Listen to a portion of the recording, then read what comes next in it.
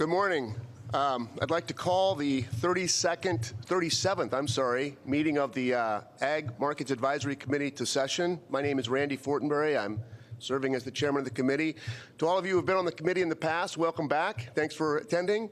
For all the new members, welcome as well, and we're very glad you're participating. We have a pretty full agenda today. A couple of quick housekeeping items. One, please remember to either mute or turn your cell phones off. I say that not for you, but to remind myself to do that. Also, when you decide to speak during the discussion, please push the button in the center of your microphone. And then when you're not talking, please don't push that button, and that'll keep everything orderly. As we go through the discussion, if you can sort of signal me that you would like to speak while someone else is speaking, I'll try to keep track of that and we'll keep it a little bit orderly. But please, everybody participate in the discussion, and anything that you think is important to comment on, please do so. We're very fortunate this morning to have all four sitting commissioners with us. So to my right, Chairman Massad, to my left, Commissioner Giancarlo, and then Commissioner Wiegand and Commissioner Bowen off to the right side of the table. So I think what we'll do this morning is start with some comments from the commissioners, and I'll turn it over to the chairman. Thank you, Randy. Good morning to everyone. Thank you for coming. We really appreciate it. The secretary is on his way, but we'll go ahead and get started. Let me begin by thanking the CFTC staff who've worked very hard to put this together, in particular Krista and Corey and others. Really appreciate the dedication of all of our professional staff.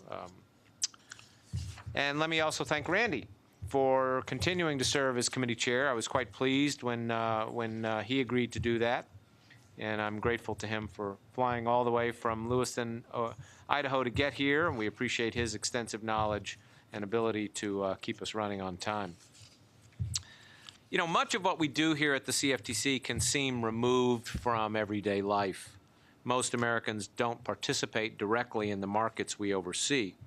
But as all of you know, the agency's origins are in agriculture, an industry that is as basic and important to the lives of American families as perhaps any other, or more than any other. Futures on agricultural commodities have been traded in the U.S. since the 19th century and have been regulated at the federal level since the 1920s. And today, agricultural derivatives remain fundamentally important, even though they may just be one piece of the markets that we oversee. The ability of participants in the agriculture sector to hedge commercial exposures is critical to having a successful agricultural industry and to putting food on the table for all of us. Now, the way I think of the CFTC's job in overseeing these markets is not simply to help participants be able to hedge effectively. We should be helping these markets thrive, and in turn, helping the agricultural economy thrive. And I know that strengthening the ag economy, fostering investment and new opportunities in the ag economy are important to all of you and to our special guest, Secretary Vilsack. Our ability to oversee these markets successfully requires listening to market participants. And that's why we're having this meeting today. It is helpful to hear your thoughts on what we are or what we should be doing. Now, I know traveling to Washington 2 weeks before the holidays, which is a very busy time, is not always easy. But I know I speak for all the commissioners in saying that your presence and your participation on this committee are much appreciated. I joined the commission about 6 months ago, as did Commissioners Bowen and Giancarlo. And the three of us have also benefited from Commissioner Wiegand, whose experience helped us as we got up to speed. I'm very, very pleased that all of us could be here today. We've all been listening and learning from market participants like you. And in the last 6 months, we have focused on moving forward with important reforms to promote greater transparency, but also we've made it a priority to address areas where our rules may not be working as well as they should, particularly as that pertains to end users, whether they be farmers, ranchers, manufacturers, or other businesses. Our goal is not to create unnecessary burdens on commercial end users, but to build a reliable, orderly framework for oversight in which vibrant markets can thrive. And we've taken a number of steps in the last few months to that end, as you may have read. Some of these actions I know are especially important to the agricultural industry, such as our proposed change to the rules on residual interest and our changes to certain record-keeping requirements. We've also addressed other issues, such as contracts with volumetric optionality, making sure public-owned utilities can access the energy swap markets effectively, and making sure end users can use their Treasury affiliates for swap transactions and still benefit from the congressional end user exemptions. Today we will discuss a few topics particularly important to the agricultural markets, and we've decided upon that agenda in consultation with you. We'll first discuss how the current agricultural economy is impacting CFTC regulated markets, and then discuss how to best calculate deliverable supply for commodities, a topic that is critically important to establishing position limits. We'll also spend a little more time discussing what the agency has been doing lately and what we should consider having this committee discuss in the future. So thank you again for being here and contributing your ideas. I look forward to a productive discussion. Thank you. Commissioner Wiegand, any comments? Thank you, Randy. Thank you, Chairman Massad. And welcome, everyone, back to the CFTC.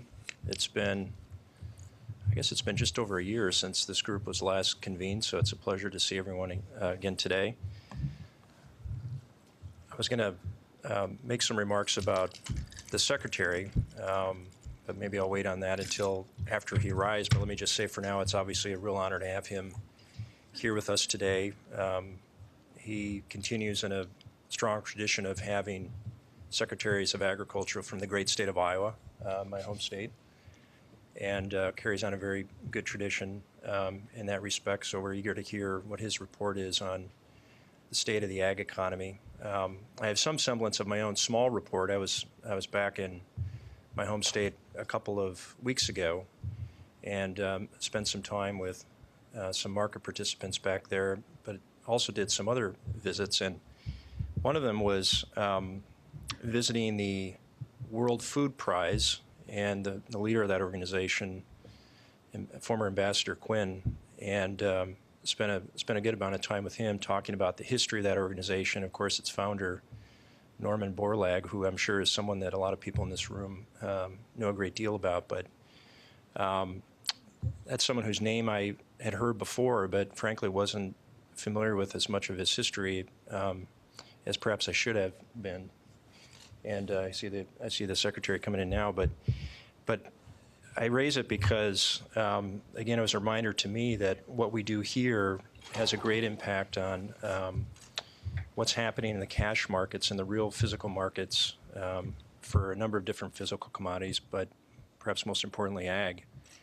And these markets are in service to the physical ones, and so it's very, very important that our policies here make sense, that they're workable, and so it's important that we continue having this discussion about what it means with respect to bona fide hedging, and that's something that we've been spending some time on already, but continue to work through and try and craft a reasonable definition and conception of what that means to make sure, again, that these markets are in service to the physical ones and remain an effective place for ag producers and others to hedge.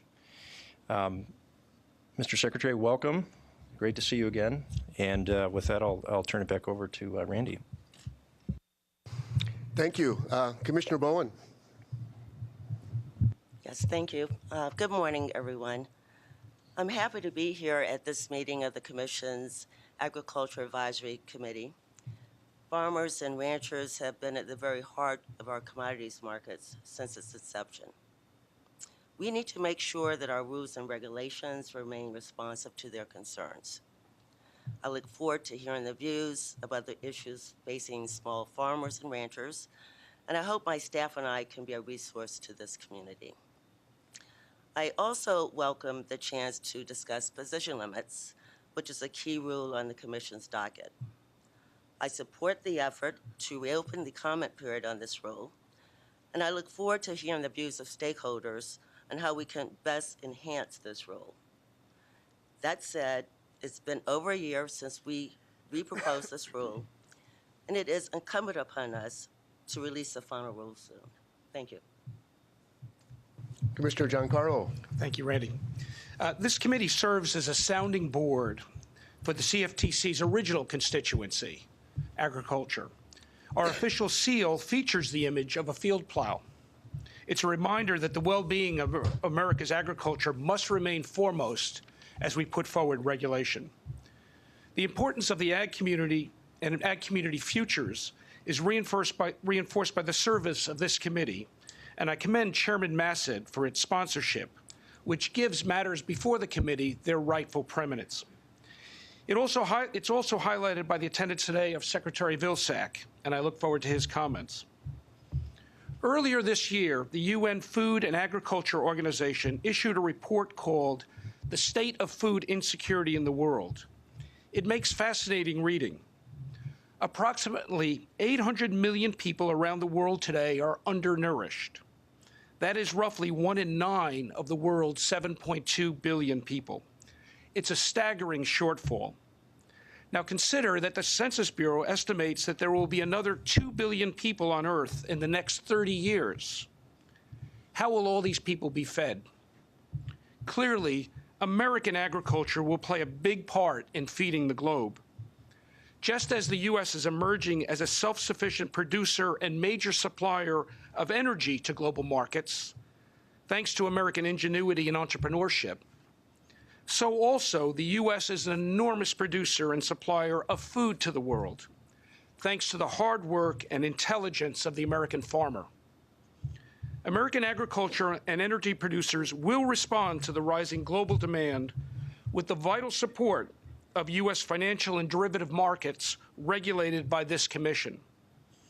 Efficient and well-regulated markets will remain essential to American food production. They will facilitate return on capital for investment in equipment and technology necessary to serve the world's growing appetite. In short, America's farmers, supported by America's derivative markets, stand ready, willing, and able to feed the world's growing population. Yet while these global trends are playing out, America's farming community is itself undergoing transition. Fewer and fewer Americans are becoming farmers. Approximately 2% of the U.S. population is engaged in farming necessary to feed all the rest of us. It's a challenging endeavor that involves long hours, hard work, and thin profit margins. Regulation must not increase those challenges. Today, we will discuss the CFTC's proposed position limits. They should be carefully considered and examined, and if necessary, re-examined. We will review deliverable supply numbers for ag products, some of which were calculated years ago. I'm interested to know if the data remains relevant. Congress told the CFTC to impose position limits to curb excessive speculation. Yet the vast majority of farmers, ranchers, and other agriculture participants are not wanton speculators, let alone excessive speculators. They should be wholly excluded from the new CFTC position limits regime. They should not be second-guessed on whether hedges they use in their farm production satisfy regulators' concept of bona fide hedges. What do we know about hedging ag production? If we replace farmers' commercial risk management decisions with Washington's risk management assumptions, we're all in for a lot of trouble. In closing, we must always ensure that the rules we write are smart, efficient, and do no harm. When it comes to ag futures markets, our actions could have a larger impact than we realize, feeding the globe, not just next month, but 30 years from now. It's a hungry world and getting hungrier. Thank goodness for the American farmer and efficient U.S. markets. Thank you, Randy. Thank you. At this point, I'm going to turn it back to Chairman Massad, also the sponsor of our committee, by the way, to have him introduce our first speaker this morning. Chairman? Thank you, Randy. I'm very pleased to introduce our honored guest, Secretary Tom Vilsack. as you all know, throughout his career as a governor of Iowa and now as secretary, he has been a tremendous leader. He's always focused on trying to do things to improve the lives of Americans. And I know he's particularly focused these days on how to strengthen the agricultural economy, how to strengthen rural communities, how to get more investment into that agricultural economy in those communities, how to foster innovation. And that's why I'm particularly excited that he's here and excited to potentially have opportunities to work together. Because as I was saying earlier, I think of our job as not only regulating these markets so as to achieve transparency and integrity, but also to help the futures, options, and swaps markets, particularly as they pertain to agricultural commodities, continue to thrive, which should in turn help strengthen the agricultural economy. So I'm hopeful that we can collaborate and coordinate in the future. And again, I'm very, very honored that he could be with us today. Secretary Vilsack. Mr. Chairman, thank you very much. And to the Commission, thank you for reconstituting this Agricultural Advisory Committee. And thanks to the members and to the Commission for your willingness to serve in this important role. I must say that I'm always a bit puzzled when I'm asked to speak about the state of the agricultural economy, because I often want to ask the question, which agricultural economy would you like me to talk about? Do you want me to talk about the agricultural economy that impacts roughly 200,000 producers in this country that produce 85% of what we grow and raise? Or do you want me to talk about the bulk and majority of American producers in this country who are finding it more difficult each and every year to be able to profit simply from farming, which requires them to seek off-farm income for themselves and their family, and the efforts by the United States Department of Agriculture to provide those opportunities? Or do you want me to talk about the global impact of agriculture generally and the opportunities that exist in the future? Let me touch on all three very briefly, and then I'll hopefully have time for questions. And I apologize to the Chair and the Commission, the President speaking to senior executive service personnel at a function that is a command performance, and so I may have to leave just a few minutes early for that. Let me speak first and foremost about the extraordinary work of production agriculture in this country that indeed produces for every single farmer enough food, not only for their farmer and family, but also for 150 people around the world. For most commodities, we've seen a very strong and solid agricultural market the last several years.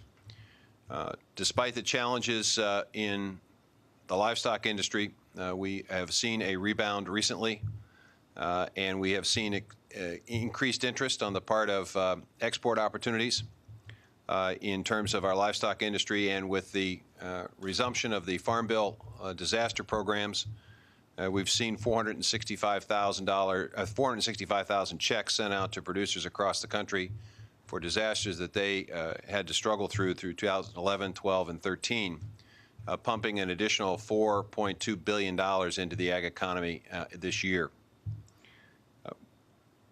Record income overall in American agriculture and record exports in the last 5 years. In fact, last year we reached a record in overall ag exports at $152 billion and a record ag surplus. In other words, we sell a lot more to the world than we purchase from the world at $43 billion. We expect and anticipate another strong year this year. The current projections are slightly below the record level of last year, but that was also the prediction at this point last year. So I'm confident that if we continue to press our trade advantage, that we'll continue to see strong exports, which should support commodity markets and should support those producers who are involved in production agriculture. They represent the bulk of what we produce. If you want to take to a finer point, 33,000 farming operations produce 50% of what we produce in this country. There are roughly 2.1 million farmers by the definition that we use at USDA, which is anyone who sells or produces more than $1,000 worth of product value. That's obviously a pretty liberal definition of farmer. About 1.3 million of those people are what we refer to as residential farmers. These are folks who have a small acreage. They produce something. Perhaps they sell it at a farmer's market. They are not making a great deal of money from their farming operation. In fact, many of them operate it at a loss. But they don't need the farm income.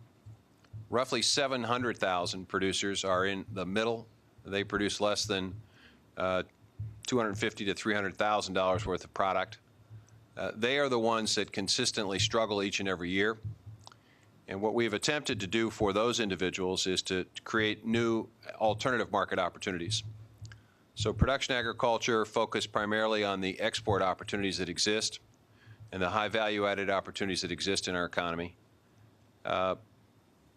Medium-sized producers who are struggling, we are looking at ways in which we can create local and regional markets in which producers can directly negotiate with their customer. It may be a farmer's market, it may be a food hub, it may be a farm-to-school effort. About 200,000 producers today are participating in that direct-to-consumer sales opportunity. It's roughly a $7 billion industry, and it's the fastest growing aspect of agriculture. The future for that market is good and solid as well. The reality is that there is a lot of upside potential, particularly in the farm-to-school market, which is a multi-billion-dollar opportunity. Roughly 10% of the food that's sold to farms, to schools today is locally and regionally produced. So there's a tremendous amount of upside potential there. We've seen a rapid increase in farmers markets and food hubs. So I'm confident that we're going to continue to create market opportunities for those small to medium-sized producers. Our ability to continue to help production agriculture will depend in part on our capacity to continue to engage the world in trading relationships. That's why it's extraordinarily important in 2015 that Congress sees its way to provide the President with the Trade Promotion Authority, and that we conclude at least the negotiations with reference to the Trans-Pacific Partnership. This is a trade agreement that impacts 40% of gross domestic product globally, a third of all world trade, and it is the place where there's going to be a substantial expansion of middle-class consumers who will be interested in American high-value products. To give you a sense of this, there are roughly 525 million middle-class consumers in the countries that are engaged in the TPP discussions. It is expected by the year 2030 that that number will exceed 2 billion. So there is a tremendous opportunity for us with the TPP. The negotiations are continuing. They are focused from an ag perspective on expanded market access, particularly in the Japanese market. The negotiations have not been easy, in part because we don't have Trade Promotion Authority. It's hard for those we're negotiating with to understand our capacity to deliver on a trade agreement if there is the risk or the possibility that Congress could seek to amend or modify the agreement. But I'm confident that we will eventually get Trade Promotion Authority, and I'm very confident that agriculture will benefit from a strong and progressive and high standards agreement that we'll be able to negotiate with the Trans-Pacific Partnership. We're also engaged in negotiations with the EU. Were those negotiations to conclude, we would have the largest trade agreement in the history of mankind. It would open up an opportunity for us to shrink the gap that currently exists between EU imports into the United States and U.S. exports to the EU market. It's an opportunity, an upside market opportunity, but there are significant and serious issues engaged in that trade negotiation, not the least of which is the stance on biotechnology, the stance on geographic indicators, and some of the beef and livestock issues, which are difficult. So trade promotion and trade for production agriculture, local and regional market opportunities for the small to mid-sized operator. That is the focus. The last thing I would say, without going into specifics, which perhaps the questions will get into, is that it is important for us to be focused on high-value additional opportunity, market opportunities for agricultural products. It is not going to be enough in the future for the U.S. to rely solely on exports and solely on local and regional food systems. It will be necessary for us to look for creative ways to use agricultural products to produce other materials and items within the economy. That's what I refer to as the bioeconomy. Most often we think of it in terms of fuel and energy and the use of crops and crop residue and woody biomass, et cetera, to produce fuel and energy. Certainly a critical component of this, but it's now expanded significantly beyond fuel and energy. It now relates to chemicals and polymers and other fabrics and fibers, all of which open up enormous manufacturing opportunities, particularly for rural areas. In order to maximize that opportunity, it's going to be necessary for us to continue to invest in the infrastructure, continue to attract credit and capital to rural America. Candidly, we simply will not have sufficient resources within the USDA to make the investments necessary, so we've got to figure out ways in which we can leverage our resources. Last July, we held a conference here in Washington, the Rural Opportunity Investment Conference, where we invited 600 participants, investment bankers, commercial bankers, venture capitalists, pension plans, and others, to begin the process of educating them about the deals that do exist in rural America. From that conference, we received a commitment from CoBank to invest up to $10 billion in infrastructure in rural America, and the Farm Credit System put together a $150 million equity fund that will help small businesses with equity funding. We hope to be able to expand the number of those kinds of funds in 2015. So we're looking for ways in which we can use agricultural products in creative and innovative ways through partnerships and leverage. We believe that there is an unlimited opportunity to redefine the rural economy, to create new opportunities for income for producers with waste product and crop residue and unproductive land. We think there's an opportunity to create the jobs that will support those mid-sized operators and their families with additional income. We believe we can also then make the case to young people to want to be in the agricultural business, to want to return to their small communities. And there are a substantial number of these young people who we want to welcome back, particularly returning veterans. Many of them come from these rural areas, and we are engaged in an aggressive effort at USDA to assist returning veterans to become beginning farmers. And so I think the future for ag is bright. I think there are solid opportunities for us to expand production opportunities with a solid income already. I think there are tremendous new opportunities to use what we grow and what we raise in rural America in more creative ways, which I think will strengthen the agricultural economy and the rural economy. Mr. Chairman, I'm happy to answer questions. I will tell you that I am a generalist among all these experts here and specialists. If you start asking me about swaps and things of that nature, you're going to get the blank stare. But I'm happy to talk about the rural economy. I'm happy to talk about what USDA is doing and other specific questions about the ag economy. Mr. Secretary. Thank you, Mr. Secretary. Do we have any questions while he has some time for us? Randy, I have a quick question. Sure. Great to see you again, Mr. Secretary. You'd mentioned creating new opportunities both for the younger generations as well as veterans. To what degree is the cost of land proving a challenge in those efforts, and what specifically has the department done to try and deal with that challenge? When the commodity prices were particularly high, it had a tendency to increase both the value of land and the rental costs of access to land. And we have seen a moderating of commodity prices. We have not necessarily seen a corresponding moderating of land values or rental values.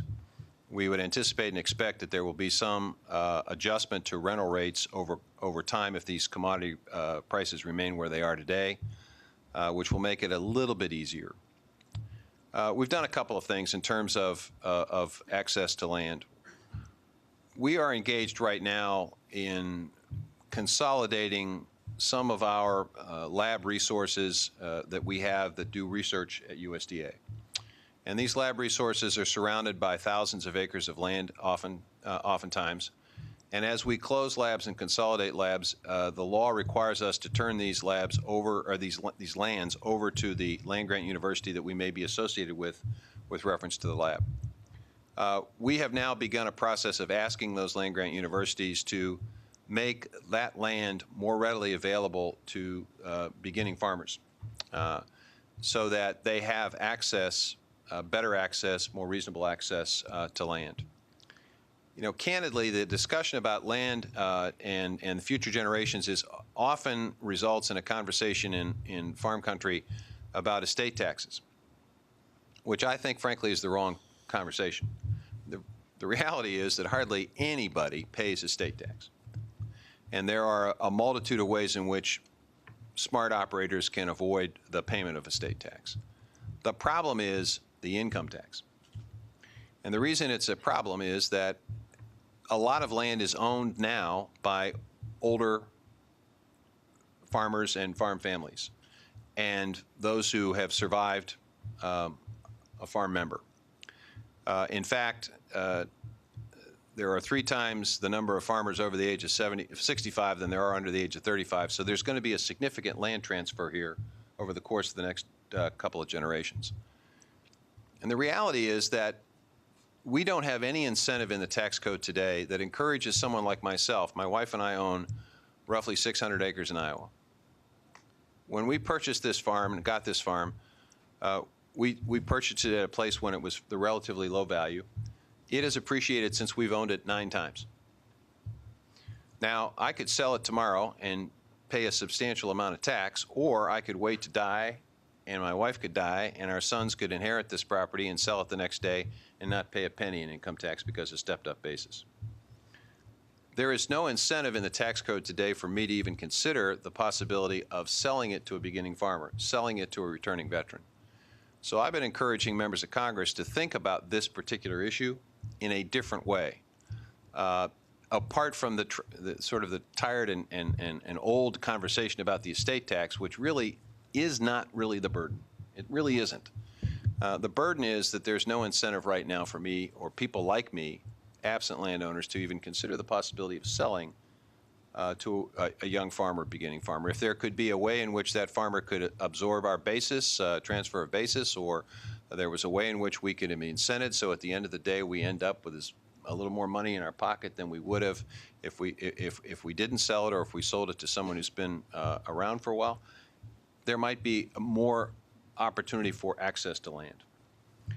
The last thing I would say is that we are focused on trying to encourage small producers to start small and build over time, which is the history of many farming operations.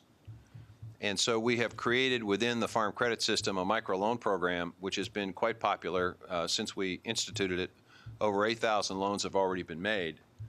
And this allows people to start small, to use up to $50,000 in credit, to purchase a piece of equipment, to rent a piece of land, to buy the supplies, to start small. Now, it obviously is not going to be the kind of thing that's going to enable somebody to buy 100 acres or 1,000 acres, but it is a way in which they can get into the business. And then through a series of other steps that we've taken to make crop insurance more readily available and less expensive, and other risk management tools, we are trying to find ways in which we can encourage more folks to consider starting small and then building over time. So whether it's using our own land, encouraging other federal agencies to consider renting and leasing land or providing land to beginning farmers, or creating new market opportunities, new credit opportunities, or advocating for changes in tax laws, we are engaged in a broad array of steps to try to help beginning farmers get rooted. I think we might have time for one more question. Does anybody from the committee have a question or a comment? I was told this was yeah, there we go. Somebody. Yes, sir. Yes, thank you, Chairman. Thank you for meeting with us, Mr. Secretary. We appreciate the comments you've made. One question I have as a wheat grower, as well as a leader of an organization that does work with wheat exports. You know, U.S. wheat is part of one of the arms that helps with export trade. With the TPP, agreements. At what point do you decide whether to conclude the agreement outside of Japan's insistence on maintaining the sacred commodities that they want to have as an exception? Is there a point where you would go ahead with an agreement with the other countries, or would you continue to try to negotiate with Japan? Well, I think the goal here is to have a solid agreement, and the reality is that it would be difficult to obtain the necessary congressional approval if we don't have a solid, high-standard agreement.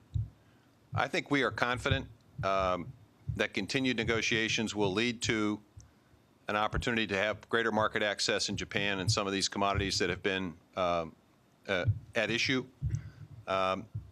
Candidly, I think progress has been made on a couple of key issues with reference to the Japanese, which is indicated to me anyway, and to Ambassador Froman, who I was with yesterday, that there is still a pathway to a solid, high standards agreement that includes Japan.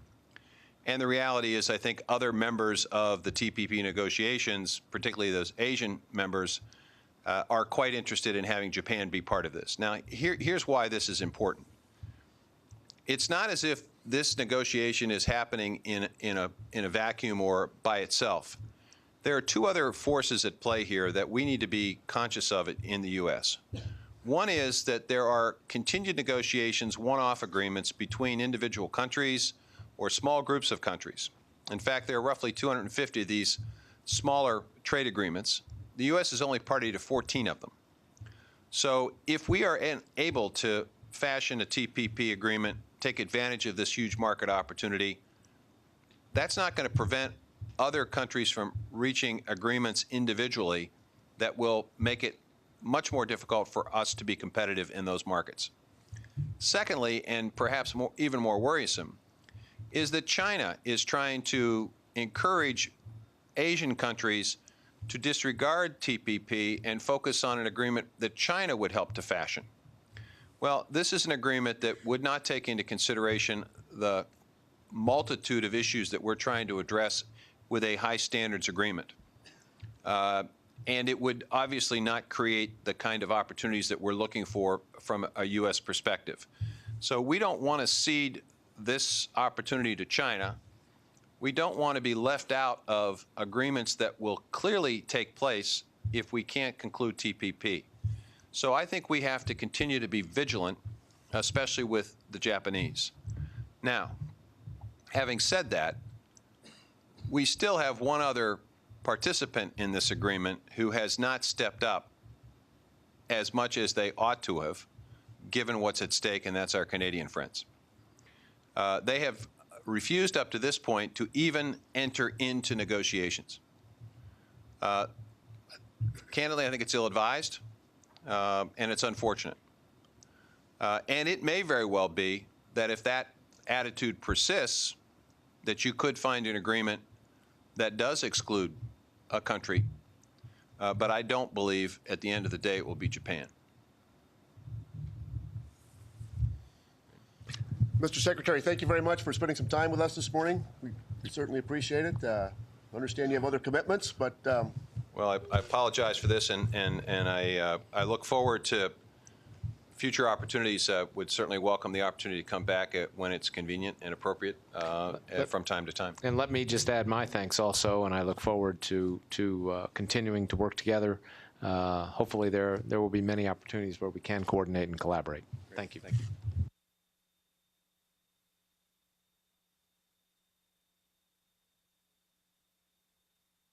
So we're just a few minutes ahead of schedule. Let me ask quickly before we take a break, is there any other discussion or comments for the benefit of the commissioners that any of the committee members would like to engage in to follow up on Secretary Vilsack's comments?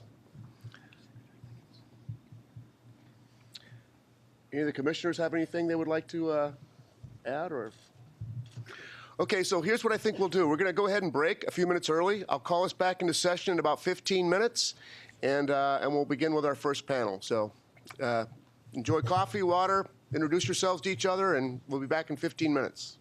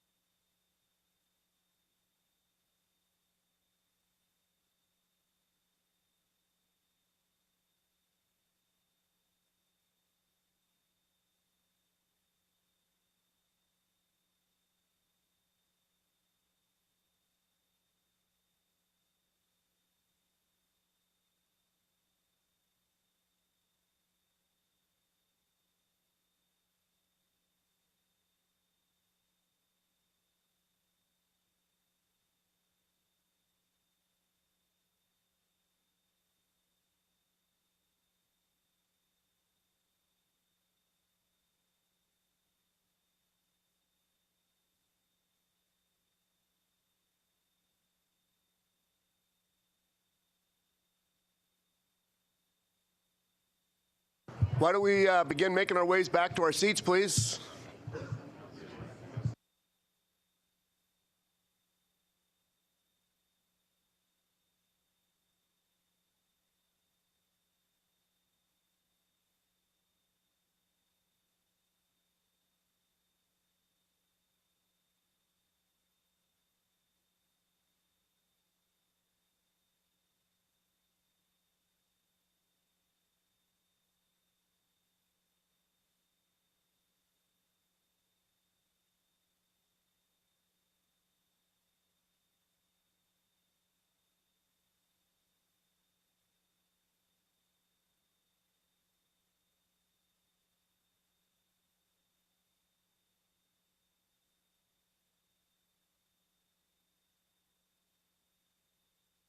Thank you. I'd like to call the ACC meeting back to order. One other quick note.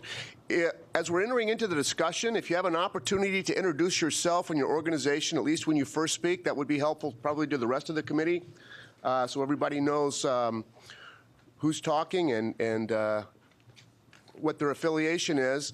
What we're going to do this morning is start with our first panel.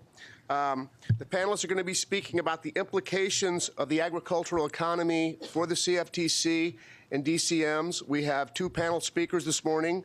The first is Greg Kucerk, who's the Deputy Director of Product Review at the CFTC Division of Market Oversight.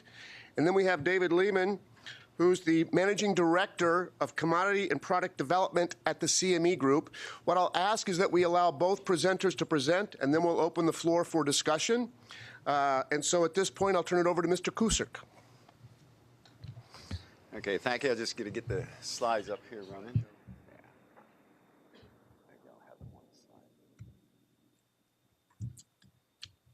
Hey, good morning. I'd like to begin by thanking the Agricultural Advisory Committee and the participants in today's meeting for taking the time to be here today to share your thoughts and views on the agricultural commodity markets. Also, I would just like to clarify that the comments and opinions that I share here today are my own and do not necessarily reflect those of the Commission or other staff. Meetings such as these are important because not only does it give the public the opportunity to comment on issues of importance, but it contributes to a better informed staff at the Commission, which helps us to better carry out our mission. Listening to the Secretary earlier, I think that we can all agree that agriculture is not a static industry. There are years of good yield and high production, followed by lean years. Likewise with demand, there is a constant shifting of needs throughout the world, as well as the development of new production sources and product uses. The impact of these changes on the futures market is that the Commission, as the regulator, and the exchanges as developers of contracts, must stay current to assure that contracts being offered to the public remain relevant and safe from a regulatory perspective. What I'd like to do is spend a little time talking about what we in the product review branch do with respect to the agricultural contracts and how the treatment or scrutiny that is given contracts on agricultural commodities differs in some respects than for other commodities.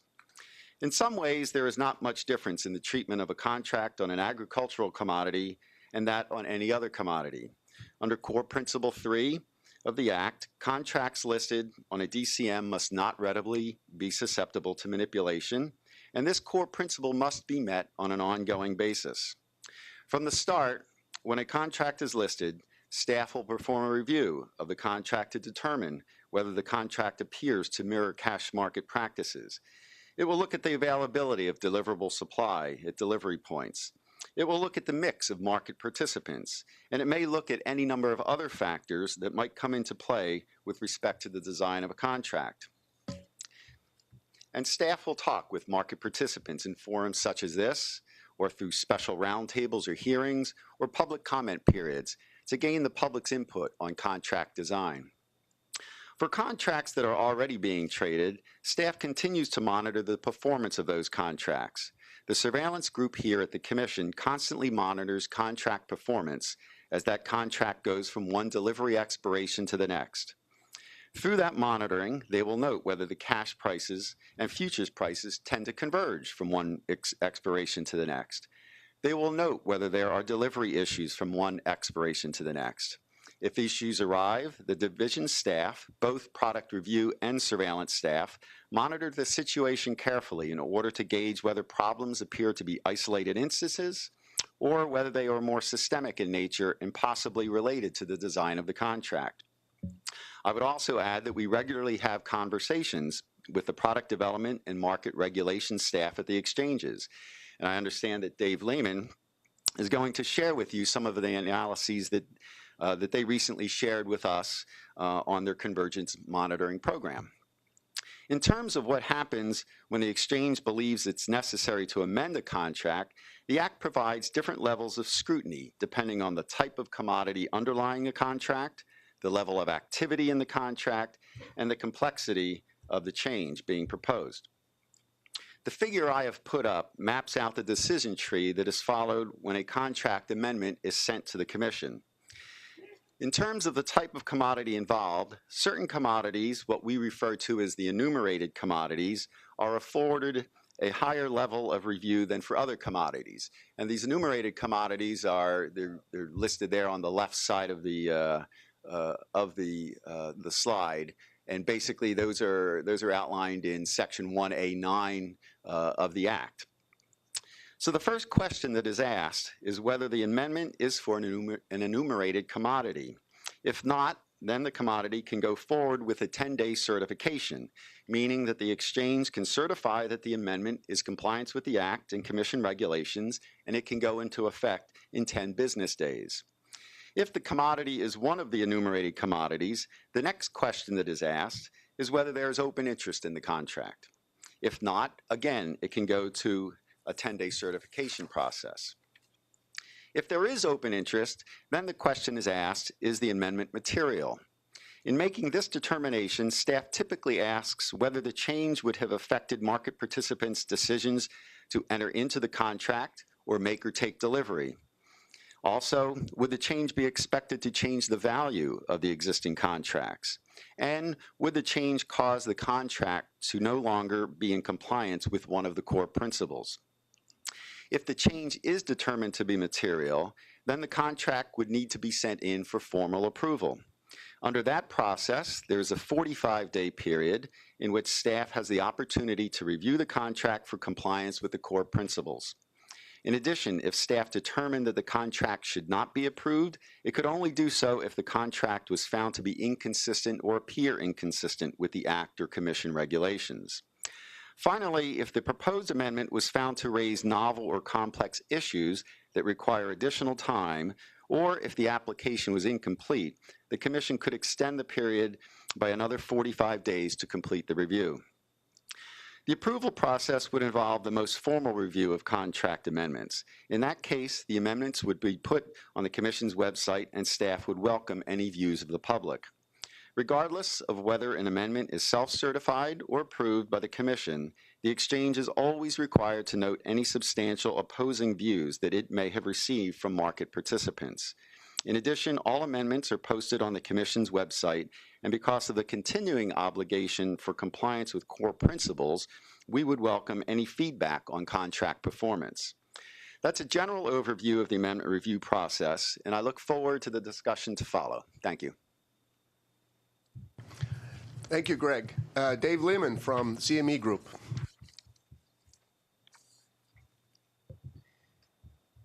Quick second here while I change slide decks.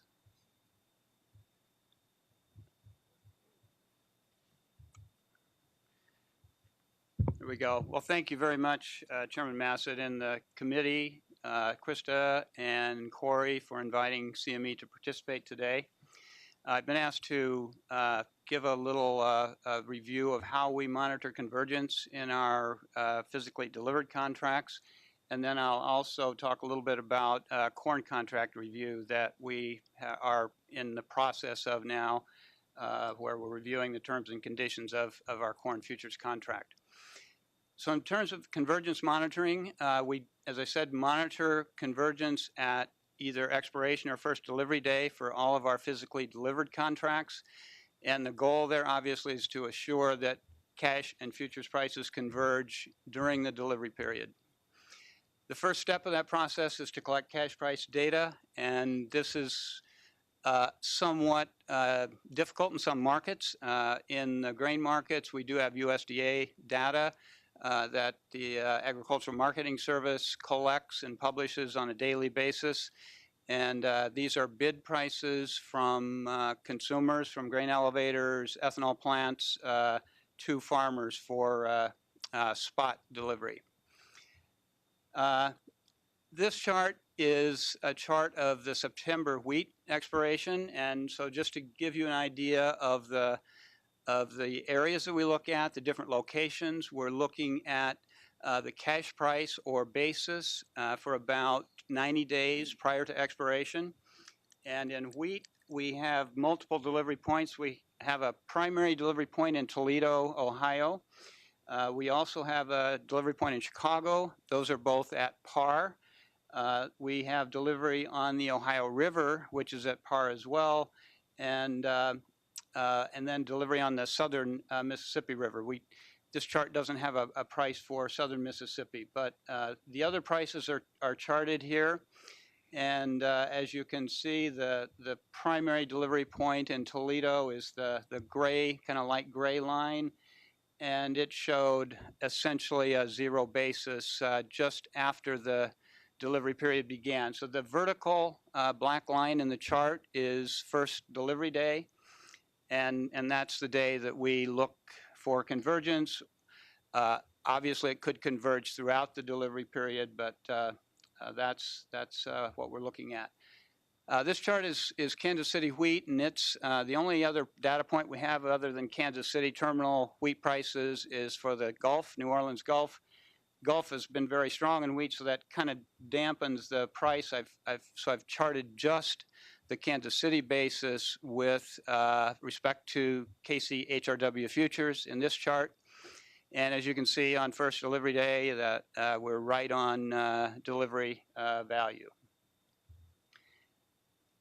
This is the corn chart. This is September corn. The other two charts were September wheat as well. So these are the latest expirations that we have. Again, we're looking at Chicago. Northern Illinois River is our primary delivery territory from Chicago to Peoria, Illinois, on the Illinois waterway.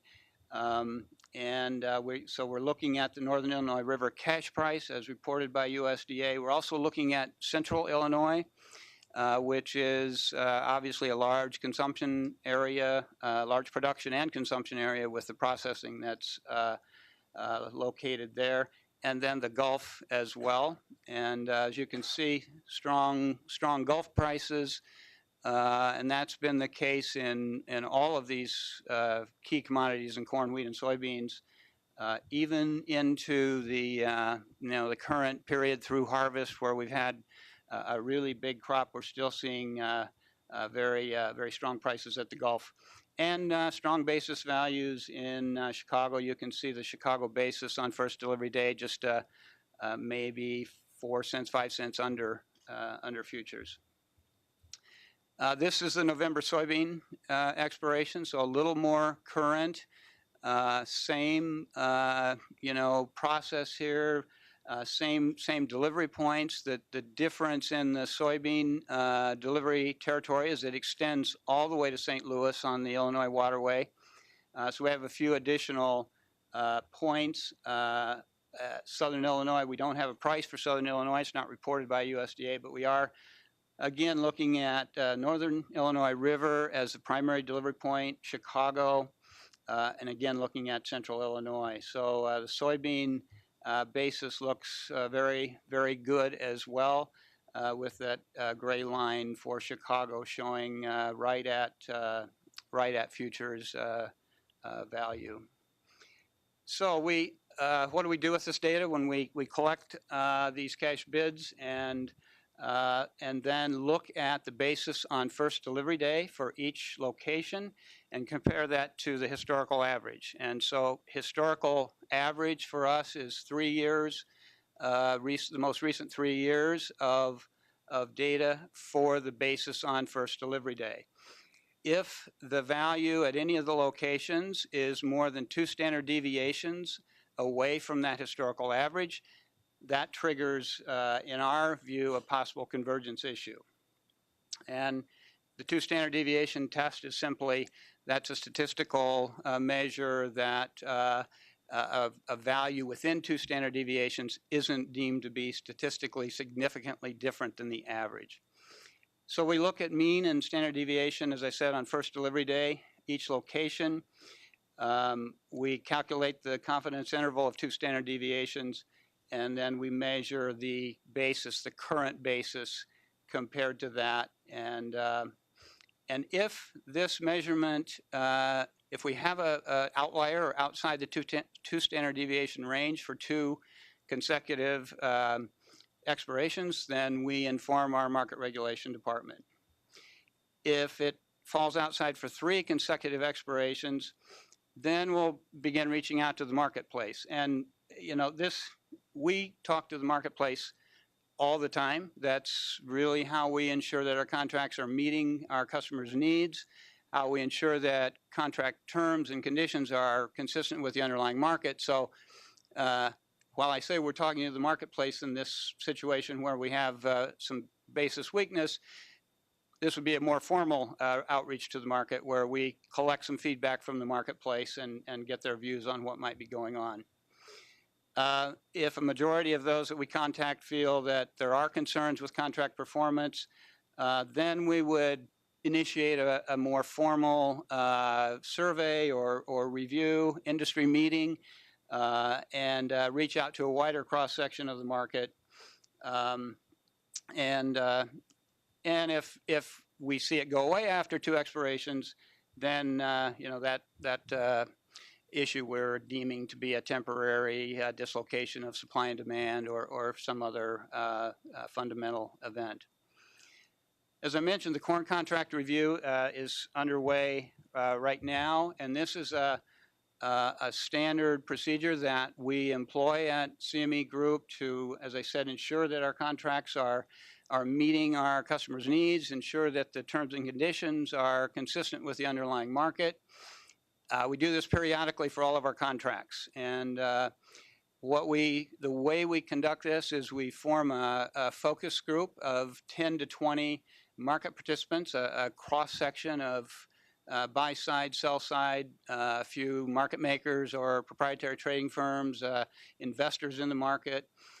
We hold individual calls or meetings with each of those focus group members and go through a set of questions about the contract terms.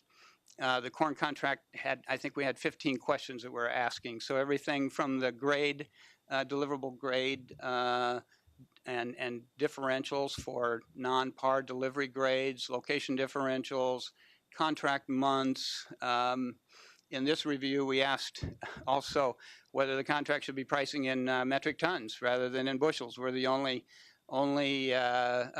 marketplace in the world that uses bushels. But as you can imagine, that feedback came back pretty strongly.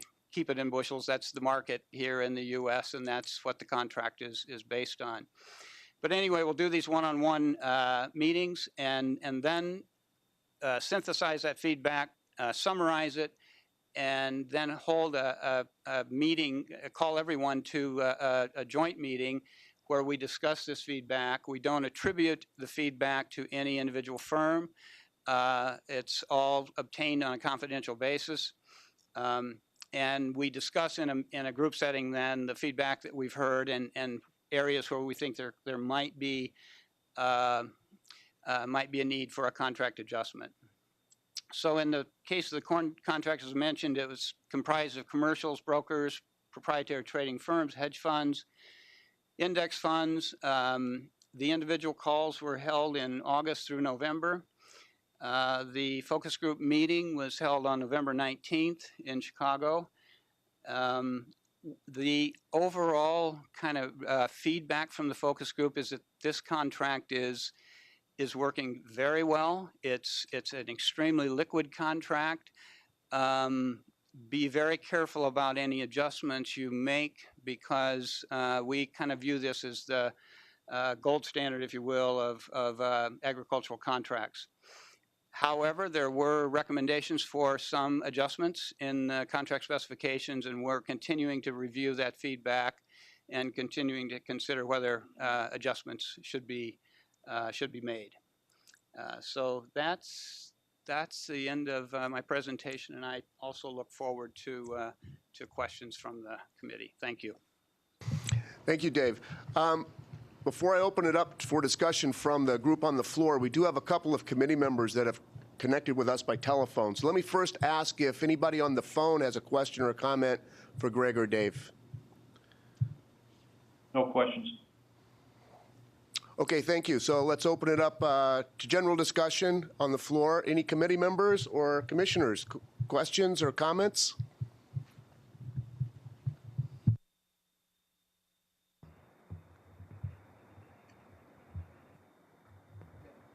Go ahead, sorry. Do I hold this down while I talk, or? Push it once and it's on, push it once and it's off. Okay, Paul Reniker with the National Farmers Organization. Got a question on the corn, the basis in our area, which is northeast Iowa. When the corn started going in reverse after the 2012 drought back up the river, how could we be pulled out of the market on a 90-cent basis drop, I believe, in one day? In 2 days, I believe, well, we're like a plus basis at the time of probably $1.10, and almost in 2 days' time, it was almost a $2 drop just from some corn coming back up the river into Dubuque, Iowa. How is the basis regulated? It seems like the buyers were kind of setting the basis at the time, but of the corn. That's the question I have. Who regulates the basis? Well, I'll start on that. Obviously, our contract reflects the flat price, the price of corn in Chicago and on the Northern Illinois River, Chicago and Burns Harbor. The basis is a component of the market that you can't manage with our contract. We recognize that's a separate risk, and so I don't know that the basis is regulated. It's a cash price essentially, and I'll let Greg comment on that. But we have looked at listing basis contracts, so a separate contract that would reflect the basis in a certain location. We tried 3 of these that were relevant to the ethanol industry in western Iowa, eastern Nebraska. This has been 4 or 5 years ago, and the contracts simply weren't traded. So the basis is a part of the market that is discovered between sellers and buyers, and really something that we recognize as a source of risk that can't be managed in our contract. Yeah, I would add, right, that the basis isn't something that anybody in particular determines or that we would regulate. I mean, it's a function of the price discovered in the futures market versus prices discovered in local cash markets. And I think some of the slides that Dave showed, he's basically looking at basis at different locations. But what you might see is that certain locations, because of issues really related more to the cash market, might be out of line, with other bases that you would see. And I guess, for us, it would be, it would be an issue if over time, you see problems over and over again at certain, at certain points, particularly if at certain delivery points, that might suggest that there's a problem. But, at any one point in time, it could be a problem or an issue that's related to conditions at that local cash market, versus more broadly at other cash markets. Ed, did you have a question? Yes, I do. Thank you. My name's Ed Gallagher. I'm representing the National Milk Producers Federation. I am employed by Dairy Farmers of America, who is their largest dairy cooperative member. And for Dairy Farmers of America, I'm the president of their risk management division. I got a question. It's not on corn basis. It's more for helping me better understand some things for our discussion later in the day on position limits. And so my question is, when you're thinking about having a new contract or you're proposing a new futures contract, What's the process that you go through now, both the CME and then the CFTC, to determine what the position limits for the new contract would be, and how does deliverable supply enter into that process of determining the position limit? Well, I think it's outlined in the attachment that was sent out, the Appendix C guideline on new product design, and that an exchange must ensure that a new product has a sufficient deliverable supply to achieve convergence. So really how we look at it, and I think there's a guideline on what a position limit must be in a new contract as well. I believe it's 1,000 or 1,500 contracts, something like that, outside in a single month or all months combined. But the deliverable supply question is obviously more relevant to a spot month position limit, and we look at what we want to ensure is that the delivery territory for a new contract, or any contract for that matter, is located in the commercial flow, the predominant flow of the commodity that's marketed in that underlying physical market. A new contract that's relatively new for CME is our ethanol futures contract. It's a physically delivered contract. There aren't many new physically delivered contracts being launched these days, but in that case, Chicago was one of the mandated markets where ethanol was mandated in the fuel blends to meet EPA requirements, and so there was a significant flow of ethanol from plants in the Midwest area into Chicago via rail. And so that's how we constructed the delivery mechanism for that contract. It's ethanol that's delivered to Chicago. It's in 29,000 gallon units, because that's what a rail car handles, and we feel that's a predominant flow in the underlying market. In the grain contracts, they were redesigned in the late 90s as the underlying markets changed from terminal storage markets to more on-farm storage and more flow markets. That's when the Illinois Waterway Delivery System was adopted, and what we did there is we looked for the kind of predominant cash market at the origin of production.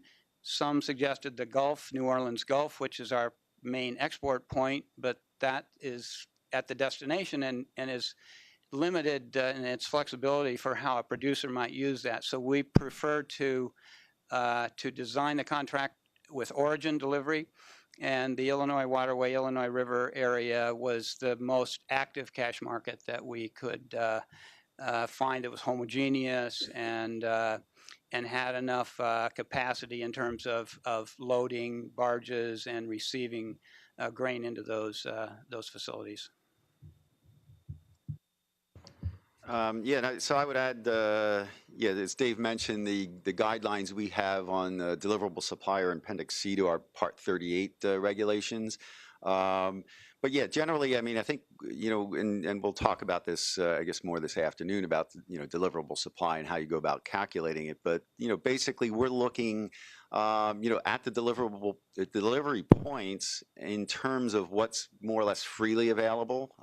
So it's not just, just storage capacity or capacity of pipelines or transportations, but, there's guidance there on, how you consider commodity that may be tied up in long-term supply contracts and things like that. So anyway, but I mean, we would review when the exchange comes in. They would give us their analysis of deliverable supplies, and we would look at that and try to ascertain whether the assumptions and things that they've made are reasonable. And we would look at our own, figures, whatever information we could collect, that would look at deliverable supplies in areas and try to come to a conclusion as to whether the analysis that they've done is reasonable or not.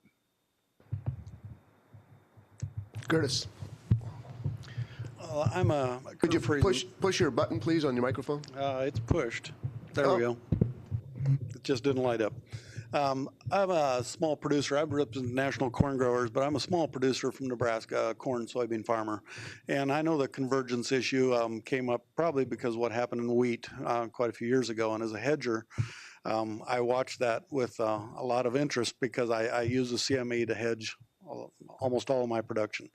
So from that aspect, when I look at how the long time frame you're going to take to study a problem with convergence, if something happens and I'm hedging in a certain month, if it happens in wheat, I mean, to me that's a disaster. Then I can no longer trust the CME to be a true reflection of price, and I would no longer be able to use that as a hedging tool. So I'm a little concerned about the long time frame before you act or do anything, but maybe you've got policy in place now that won't happen. I'm sure that's what you're trying to address, but do you feel you've addressed that situation totally? Well, in wheat, you mentioned the convergence issues that occurred in that market, and I believe we do have a change in contract specifications that address that issue. In that contract, we've implemented a variable storage rate structure so that we measure the nearby spread relative to financial full carry, and if that spread trades at 80% or above financial full carry during the observation period, then the storage rate is adjusted for the next expiration. So this is something that acts very quickly. And when we implemented it, we had, I think, about 5 consecutive increases in storage rates until the market sort of self-corrected. And then those storage rates came right back down almost consecutively as well. So we're now back at the same storage rate in the wheat contract that we have in corn and soybeans.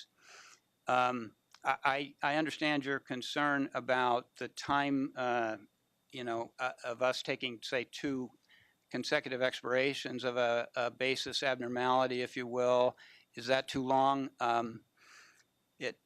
Maybe it is, but we want to make sure that we're not reacting to a short-term supply-demand situation that really isn't something that a contract design change could address. It is more, as I said, a market condition that's being reflected.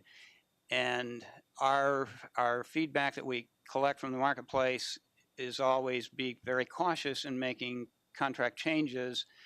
Do no harm, if you will. These contracts are used by many, and we appreciate your use of the corn and wheat contracts to hedge your business. But we want to be sure that we're not reacting to something that is really not a contract design issue, but a fundamental market issue. Can I also add the following to Curtis's question? I think it might be helpful to remember there's the contract design process, which David has done a great job explaining. There's also market surveillance. And maybe Greg, or if Harry's still here, or maybe you could talk about, I mean, if we saw a significant difference even in one delivery period, we're not going to wait around for another one in terms of looking into that. Harry, do you want to talk about that a little bit? Yeah, just very, very briefly. I don't want to expand too much beyond the scope of the meeting here, but yes, there is definitely a different function, and it's the surveillance function. I'm Harry Hilden with the Division of Market Oversight, and I lead the group of analysts charged with surveillance on the agricultural market. So there's definitely different mechanisms that we can use. And it's a very, very different function. We get rather specific with the information that we do request and ask when we're in the moment of an expiration. And I don't want to get too specific on that, but I'm sure that there are participants here. We've talked to a lot of your participants, your traders, and it's definitely very situation specific. So there are definitely tools and processes that we can follow in the surveillance function.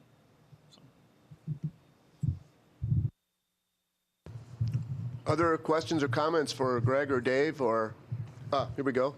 Yeah, I'd like to, if you don't mind, while we have these two experts here, I'd like to continue to ask them a couple more questions on deliverable supply, since that's going to be a big topic of our conversation. So, in your discussion about new contracts, you mentioned deliverable supply. You didn't really talk about the significance of deliverable supply in setting position limits. We're going to later talk about a formulatic process of determining position limits based on deliverable supply. And so in existing contracts, not necessarily new contracts, how often do you, the CME, how often do you review deliverable supply? When you do that, does it play a role in consideration of changing position limits? And then how often do you change position limits for different contracts based on anything?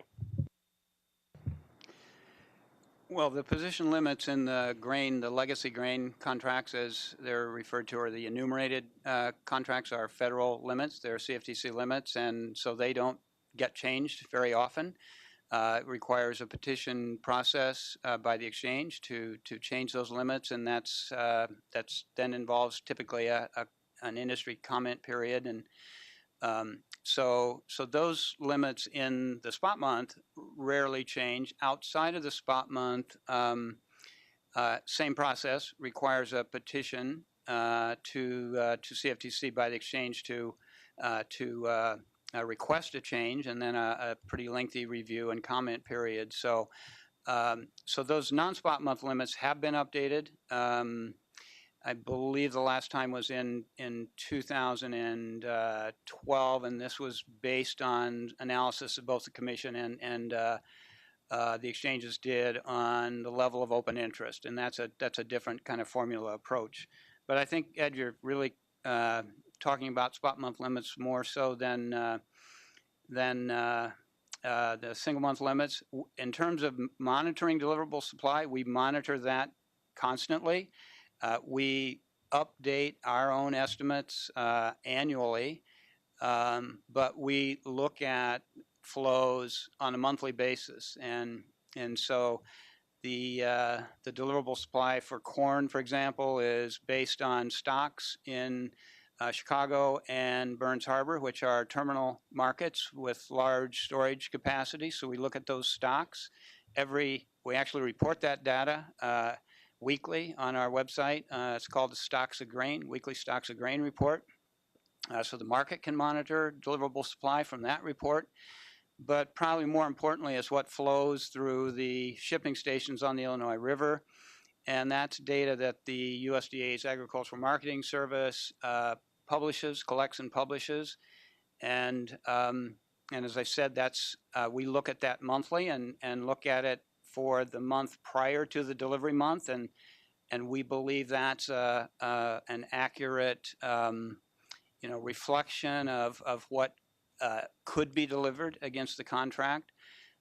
Those are conservative, very conservative numbers, because we're not measuring any of the stocks held in areas tributary to the delivery points. So, grain elevators that are 25 miles to 50 miles from the delivery points typically are where the flow comes from. Now, those may be counted on the river because we're counting the flows that are actually shipped on the river. But there's plenty of grain in storage that doesn't come to the river. It may go to a processing plant. It may go to a livestock feeding operation that we aren't counting, even though it's what we would consider to be tributary to the delivery points. And in the livestock contracts, we look at slaughter cattle marketed. In the dairy contracts, it's USDA publishes a Class 3 milk price that is a national price, and so that data is reported to USDA under mandatory reporting rules, and the prices are. The supplies we collect again from USDA data. So it's pretty much all public data. The one exception might be in soybean oil. One of the reports that USDA had published was discontinued due to budget constraints. There was a little gap there that was picked up then by the National Oilseed Processors Association. And now I believe the USDA has restarted that report on its own. So we look at this all the time. It's part of our, our continual monitoring of contract performance, and we have databases of this data that we maintain at the exchange. Yeah, Chelsea. Hi, this is Chelsea Keys with the National Pork Producers Council, and I have a question for Mr. Lehman. I believe it was in August of this year, the CME group had proposed some changes to the lean hog contract, and they included lengthening the averaging period and adding additional calendar months in which contracts would be available. And there were comments submitted by industry participants on that proposal. I just wonder if you could share where the CME is in the process of reviewing comments, making the changes, sort of status. Yeah, thank you, Chelsea. That's correct. This was another one of our standard contract review processes that we conducted for the lean hog contract. This is a little different contract than most agricultural contracts. It settles to an index, or it's financially settled. We have two contracts that are financially settled, the lean hog index contract as well as the feeder cattle contract. And the data that, again, is used to create this index, we create it at CME. Our staff actually calculate the index, but the data comes from USDA, from mandatory reporting by packers to USDA. There was some concern about the volatility of the index, if you will. It's a 2-day average of this data that is reported by packers to USDA. And as you noted, there were some suggestions that we lengthen that averaging period to 3, 4, 5, some even 10 days. We heard very kind of inconsistent feedback in the industry meeting that we held to review the one-on-one feedback that we collected. So we decided to do a more in-depth study of the effect of changing that index averaging period. And that study, I've seen a preliminary report, but not the final. The final report we'll have by the end of this month. We actually asked Kansas State University to do that study for us. And the results are kind of surprising that expanding the averaging period really isn't what causes a change in volatility of the index. It's more the pattern of volatility as you lead into an expiration, whether volatility is increasing or declining. So as I said, those are preliminary results.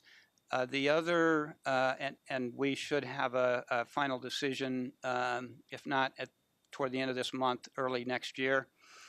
The other issues that we looked at, you mentioned the contract months. There's some interest in listing every month as expiration month of the calendar. The feedback there was that likely would not be successful, that to develop liquidity, enough liquidity to make those months efficient for a hedger would be very difficult. We have a contract month that was added in this product, the May expiration several years ago, and it still suffers from very, very poor liquidity. So we don't think that would really help the contract. What we have heard, though, is that perhaps listing additional option contracts on those off months, what we call serial options, that would be options on the index rather than options on the future, would be something that there's interest in. So we're exploring that further. Go ahead, Mark. Thanks, Randy. I have a question. In some ways, it might be more of an academic one, but since we have all this expertise in the room, I wanted to see if anyone had any reaction to this. It just seems like there is special sensitivity to basis risk. I've heard a couple of producers now point to that. And so I'm just kind of wondering, why has it been the case that over history there hasn't been more of an OTC market in the ag space? And is there anything about our policies here at the CFTC that have stood in the way of that. In other words, if you've got some lender or some other financial institution with the wherewithal to do it, why haven't we seen more, I suppose, bespoke contracts made directly to producers so that they can eliminate this basis risk that they are always going to have when trading in a standardized futures product at the CME or CBOT? I'm just kind of curious why that's been so. Well, I'll start off, but I'm sure there are many in the room that probably have a better answer to that question, Commissioner Weegan, than I would. But as I mentioned, we did list basis swaps for I believe three or five regions of the Corn Belt that were kind of concentrated around the ethanol processing industry. In I believe in 2009 is when those were listed. We applied to CFTC. That was prior to Dodd-Frank, and to list an agricultural swap, we had to go through a petition process, and we went through that and got approval to list those. You know, we were very careful about how we described the regions that the basis would represent, so that it had sufficient price or sufficient transactions, so that the prices that would be used to settle that would be reflective of the market. And we used DTN prices, and so this is one difference that I think is clear between the agricultural markets and the energy markets. Is there really aren't USDA is such a well-known and trusted source of market information. The market really looks to their data as the best source of data for where cash markets are, where supply and demand are. But those are bid prices. They're one side of the market. In other markets, in energy markets, there are companies that do assessments. They look at bids, they look at offers, they look at transactions, and come up with an assessment of the market. And that simply doesn't take place in the agricultural markets. It may be beginning to take place, but I think that was probably the reason for the failure of those contracts. Is the market perhaps didn't really trust the the indexes that were being created based on these bid prices. Again, I kind of open that up for others in the room here who may trade in those markets and have observations on that as well. Just a follow up to that, in that program and that product that didn't take off, were there committed market makers to that, or might that have been a product design missing ingredient? That's a very good point, Commissioner Giancarlo. We did not have committed market makers in those products. And that's something that we do in nearly every new product that we list. We do want to have market makers that are there willing to make a two-sided market. These are pretty niche markets when you get into a basis in western Iowa or eastern Nebraska. Where you might think it makes more sense is trading a basis contract on the New Orleans Gulf between Chicago and New Orleans, which is the primary export point, or the Pacific Northwest, which is also a major export point. But again, we just haven't gotten the market support to move ahead with those kinds of products. We have big commercial firms that are very active in those markets.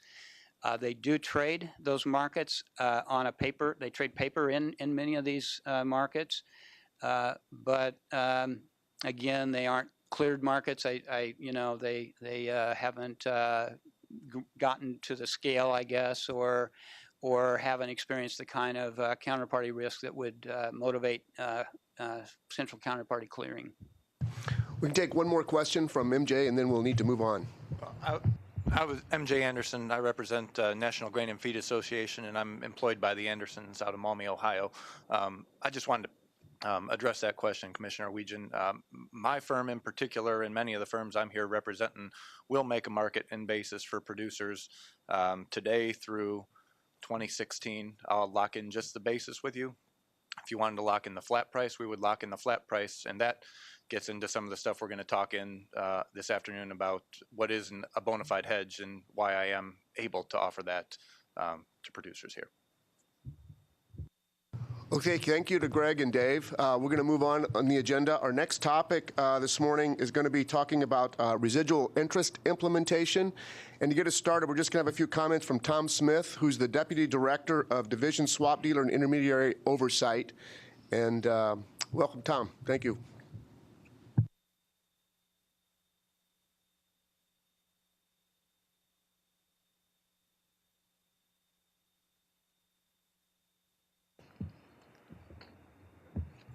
Thank you.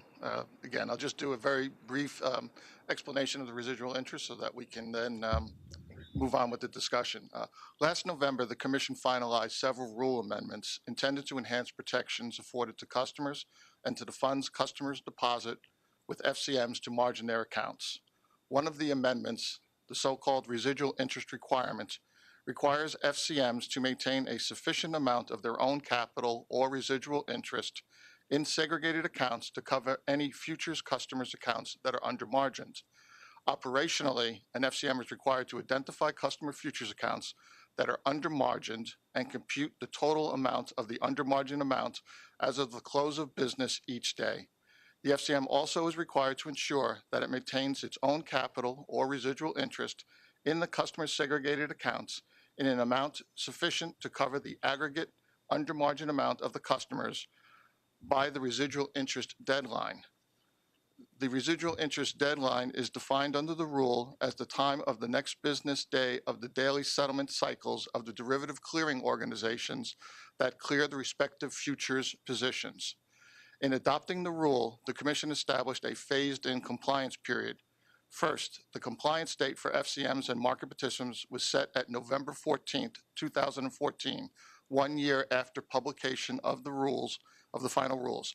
Second, the rule provides that the residual interest deadline for futures shall be 6 p.m. Eastern Time on the next business day, pending the publication of a report by Commission staff addressing the practicability for both FCMs and market participants of moving the 6 p.m. Eastern Time deadline to the time of the DCO's daily settlement cycle or some other point in time. The rule requires staff to seek public comment and to hold a public roundtable regarding specific issues to be covered by the report, and the report is required to be published for public comment by May 16, 2016. Lastly, the rule provides that absent Commission action after the publication of the report, the residual interest deadline will change on December 31st, 2018 from 6 p.m. Eastern Time to the time of the DCO's daily settlement cycles. Subsequent to the issuance of the final rule, staff of the Division of Swap Dealer and Intermediary Oversight issued an interpretation in response to requests for guidance from FCMs and market participants. This interpretation effectively provides that an FCM may credit customers' accounts upon the FCM's initiation of an ACH withdrawal from the customer's bank account, provided that the customer has granted the FCM authority to initiate ACH withdrawals. The interpretation provides that an FCM is not required to wait until the ACH transaction clears the FCM's segregated bank account before recording a credit to the customer's trading account. The interpretation is consistent with the Division's previously issued and longstanding review regarding the recording of checks deposited by customers upon the receipt of the check by the FCM.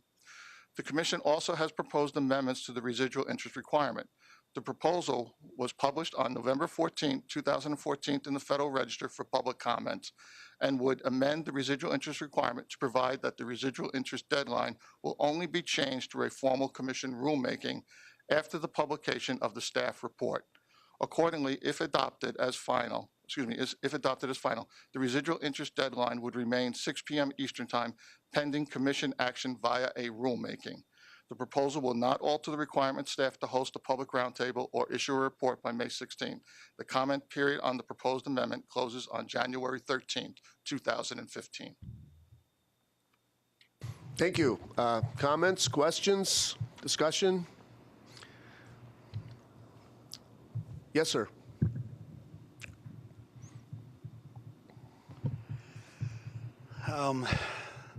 I was at the committee meeting the last time we met about a year ago, and I guess I'll just reiterate the same comments I made then. I'll go back to my example. I'm a small producer, roughly 1,000, 1,100 acres, which would be an average size farmer.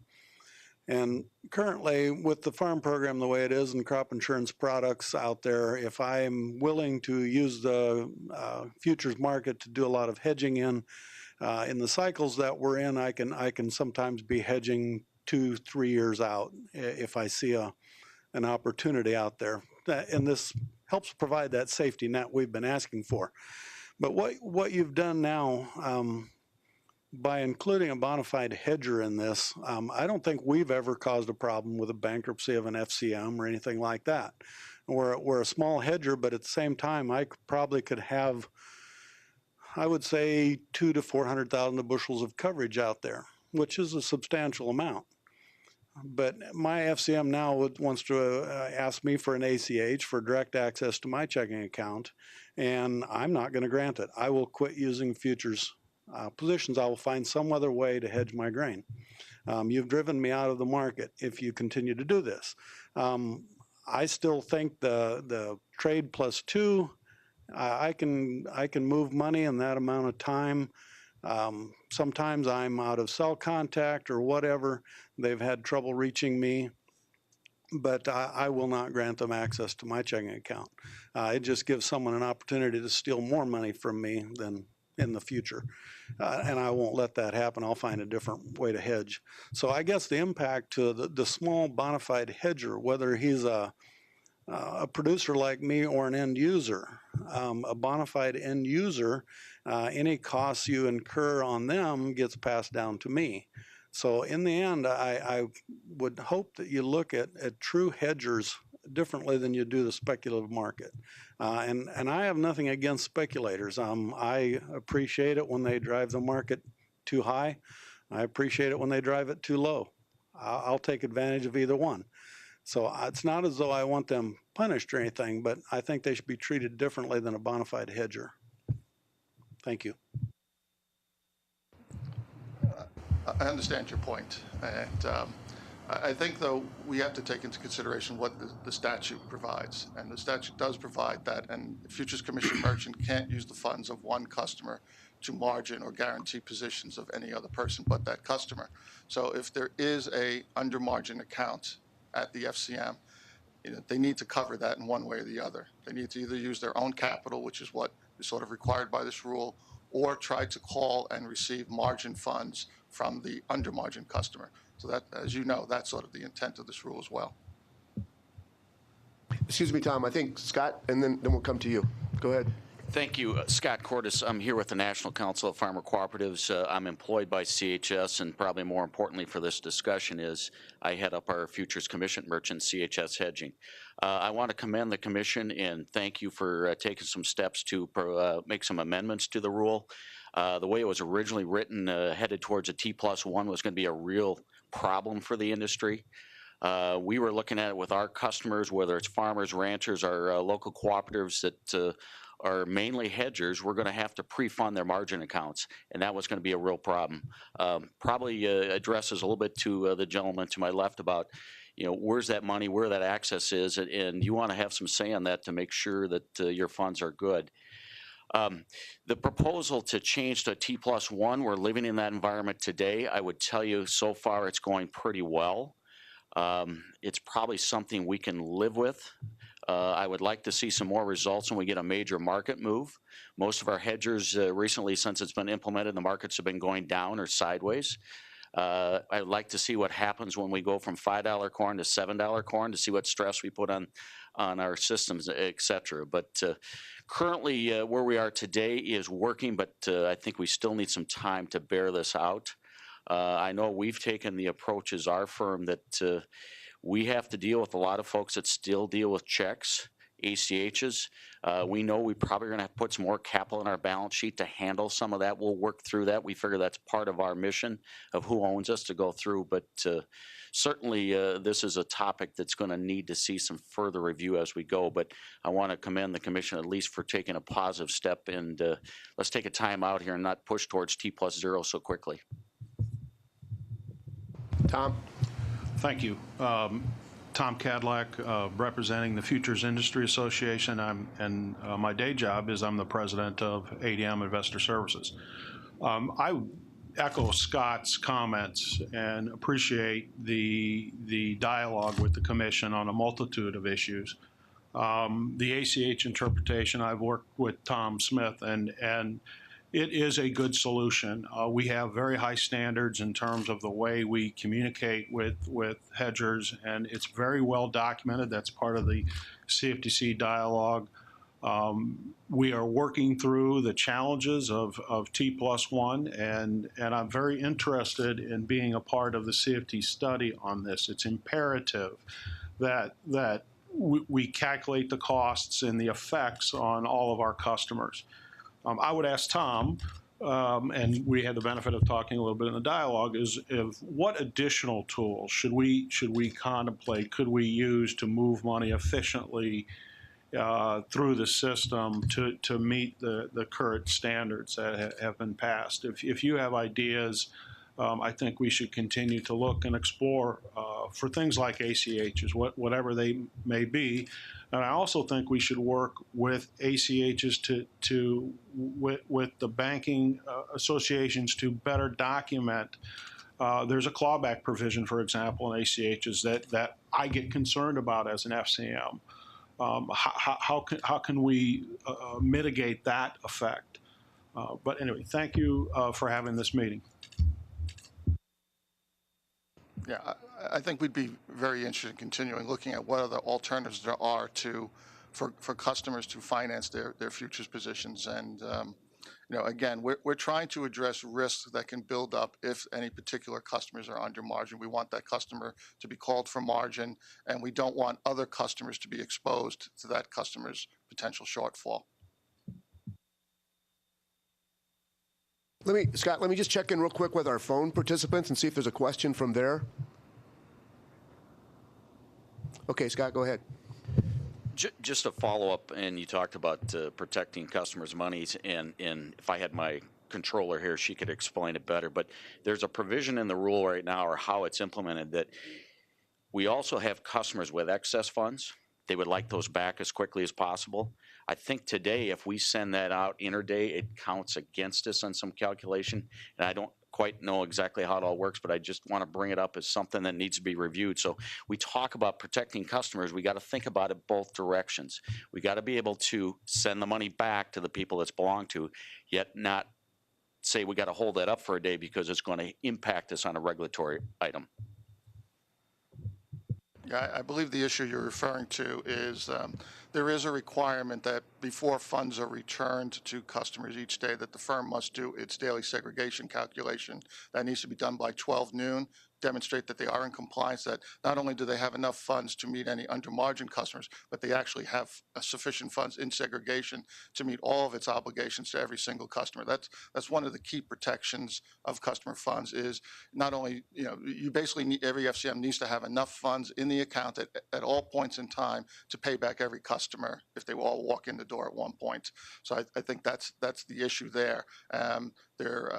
You know, the intent is that we want to make sure that there is sufficient funds at the firm before withdrawals are made. Other questions or comments? Okay, Tom, thank you very much for your time. We have a few minutes before lunch, so I'm going to do something we probably should have done at the beginning, but we were a little bit time constrained early on, and that is to have everyone introduce themselves and the organization they're with, and then we'll break for lunch. So are the folks still on the phone? Yes, this is Jeff Cooper with Renewable Fuels Association. Thank you, Jeff. Doris, you want to start with us? I'm Doris Mold. I represent American Agri-Women, and I have my own consulting business, and I'm a dairy farmer in addition. Ed Elfman with the American Bankers Association. Bill May with the American Cotton Shippers Association, representing cotton merchants in the U.S. John Anderson with the American Farm Bureau Federation. Steve Wellman with the American Soybean Association, farmer from Nebraska. Lance Kochwar representing the Commodity Markets Council. Robbie Boone representing the Farm Credit Council, Farm Credit System. Tom Cadillac, Futures Industry Association, representing them, and president of ADM Investor Services. Mark Scanlon, Independent Community Bankers of America. Clay Huff, International Dairy Foods Association. My name is Brian Durlam. I work with Cargill, and I'm here today representing the International Swaps and Derivatives Association. Brendan Kalb, representing the Managed Funds Association. Steve Strong, representing NAGA. My day job is with Bunge, and maybe some of the people that had some basis gyration questions, we can get together at lunch. Ben Burrows with the North American Millers Association. Ed Luttrell with the National Grange. Paul Pinner, farmer from Kansas, president of National Association of Wheat Growers. Joe Cavanda, representing National Cattlemen's Beef Association, Vice President, Bartlett Cattle Company, Division of Bartlett Grain. Ron Lee, representing the National Cotton Council. I'm a cotton farmer and ginner in Georgia. Scott Cordes, representing the National Council of Farmer Cooperatives, and I'm also president of CHS Hedging. Kurt Friesen from Nebraska, producer representing National Corn Growers. Paul Renniker, National Farmers Organization, a cattle farmer, and I raise corn in Northeast Iowa. Zach Clark with National Farmers Union. MJ Anderson with the Andersons, representing National Grain and Feed Association. Ed Gallagher, representing the National Milk Producers Federation, and I'm the president of DFA Risk Management. Chelsea Keys, representing the National Pork Producers Council. Trevor White, representing the National Sorghum Producers. Jim Redence, USDA Farm Loan Programs. Cam Akla, USDA Risk Management Agency. Thank you very much. I'm Randy Fortenberry from Washington State University. For the committee members, we will be having lunch up on the 9th floor. Your white badge is your ticket to get on the elevator. There'll be some security folks that'll escort us up to the 9th floor. For everyone else who's interested, we'll be reconvening at 1:15. So at this point, we'll take a break for lunch. Thank you.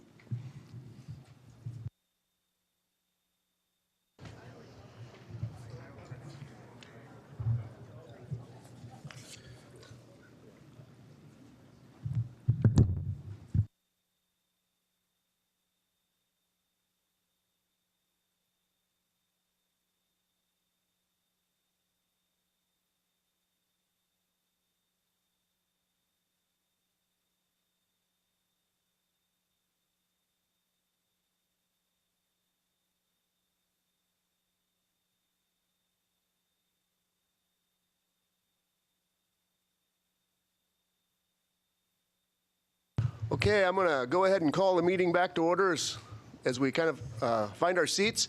This afternoon, we're going to take up the topic of position limits. So we have a panel of two speakers, Krista Lockenmeyer, who's with the Division of Market Oversight with CFTC, and Steve Sherrod, who's a senior economist with the same group. So as this morning, let's let them both make their formal remarks, and then we'll open it for discussion and questions. So with that, Krista. Thanks, Randy, Chairman and Commissioners. And I'd also like to thank the committee members. Can you hear me? Okay. I'd also like to thank the committee members. I know that some of you have traveled a great distance to be here today, and we really appreciate that. Before I start, I'd like to offer the standard disclaimer that the views discussed in the presentation are my own and do not necessarily reflect those of the Commission or its staff. So we thought it would be worthwhile to set up the discussion for deliverable supply by briefly summarizing how the term is defined by the Commission and its significance, and then the Commission's last public and in-depth experience with calculating deliverable supplies. The most concise summary of the significance of deliverable supplies that I've come across is from a Federal Register. Sorry, I guess I speak at a frequency that is not well heard. Okay, The most concise summary of the significance of deliverable supplies that I've come across is from the Federal Register notice issued November of 1997 after the Commission notified the Chicago Board of Trade that it needed to amend the terms of its corn and soybeans futures contracts.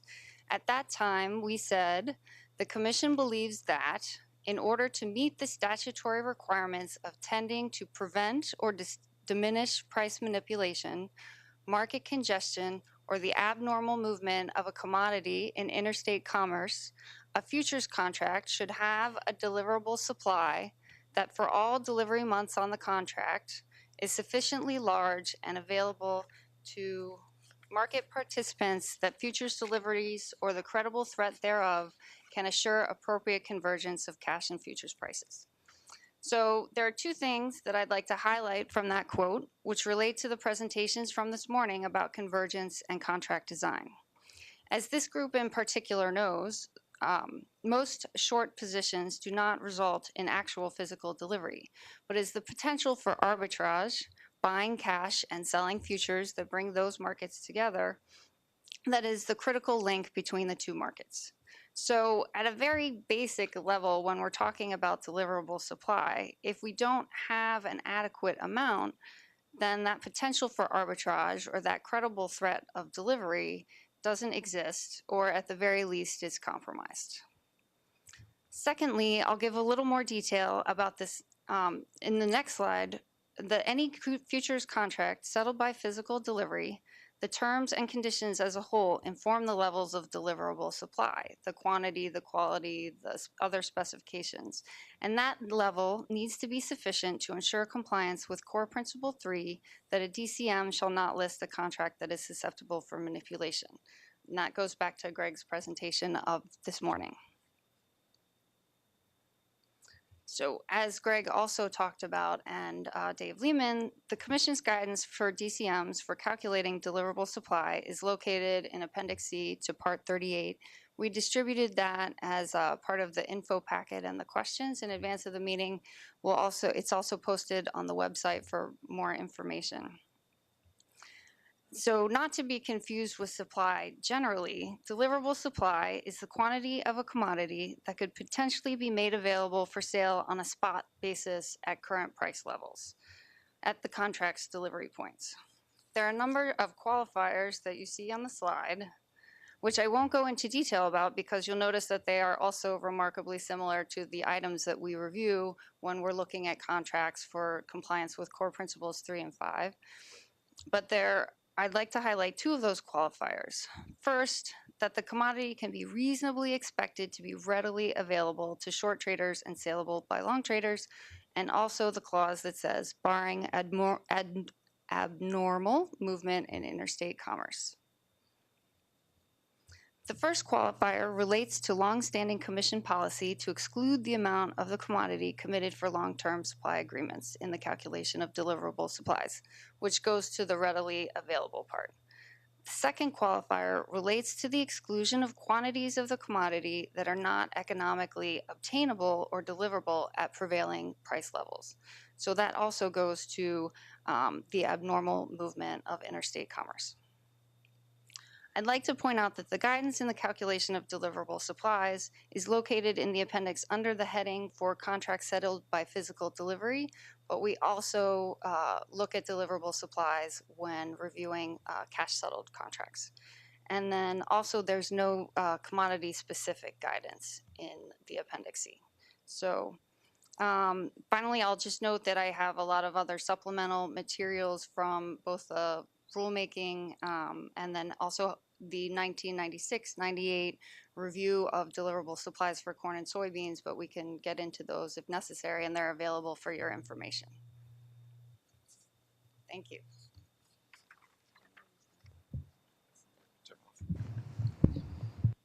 Thanks, Randy. Under the Commission's December 12, 2013 position limit notice of proposed rulemaking, an exchange listing a core reference futures contract must supply the Commission with an estimate of deliverable supply. The exchange must describe the methodology it used and they have to include any statistical data supporting the estimate.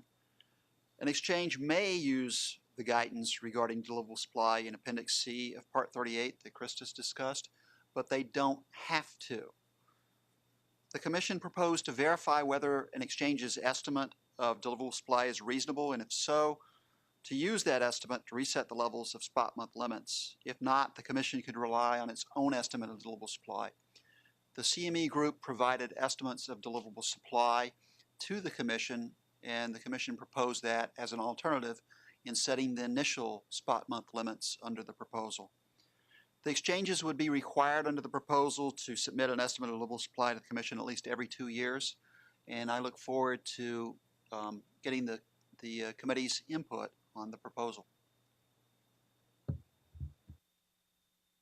Okay, we're going to open it up for discussion. Maybe what I'll ask this afternoon is if you think about it, you can turn your name tag up right so I can try to keep better track of the order and who would like to participate. I have trouble seeing some of the lights, and some of the lights don't work. Let me first start to, I think he has a time constraint, so let me see if Jeff is on from the Renewable Fuels Association, see if he has any questions or comments first. Okay, I guess not, so we'll open it to the floor. Discussion, questions, comments? Yeah, MJ. Yep, MJ with National Grain and Feed. We, maybe kind of a broad statement, and we can discuss from there, but to our members, what is really critical is the convergence of the cash and futures. We believe that the exchange, all the exchanges have a vested interest in making their contracts successful, and they understand that that convergence issue is a requirement for that contract to be successful. If we're going to use deliverable supply, there's talk about updating them, and we would agree if you're going to use that deliverable supply, you might as well use the most current. But we also strongly endorse the CFTC to allow these exchanges to maintain the ability to set limits less than what may be recommended by deliverable supply. Some of the issues: one, how do you have an orderly exit from the whole month limit to a spot month limit? And then if you increase spot month limits, are you increasing speculation in a time where you really need to be focusing on the convergence of cash and futures, which is what the commercial entities are trying to do in that time frame? Any response from the panel or from the commissioners? Yes, sir. So, Randy, I'd just like to second what MJ said. We're the Commodity Markets Council. We're very much in favor of updating the estimates of deliverable supply, but we too want to make sure that the primary purpose of these contracts is to make sure that convergence continues to happen. So we definitely need the exchanges to continue to have the ability to go lower than whatever number we come up with. So that's critical.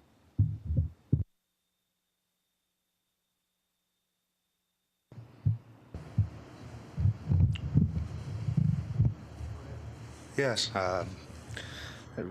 For the MFA, I think taking a step back, we'd like to see some more clear guidance on the on what exactly what goes into the deliverable supply computation. For example, we'd love to see some guidance on the inclusion of remotely located commodities in the deliverable supply computation, or whether certain conditions must first exist before the inclusion of those commodities are appropriate. We believe this would provide some clarity.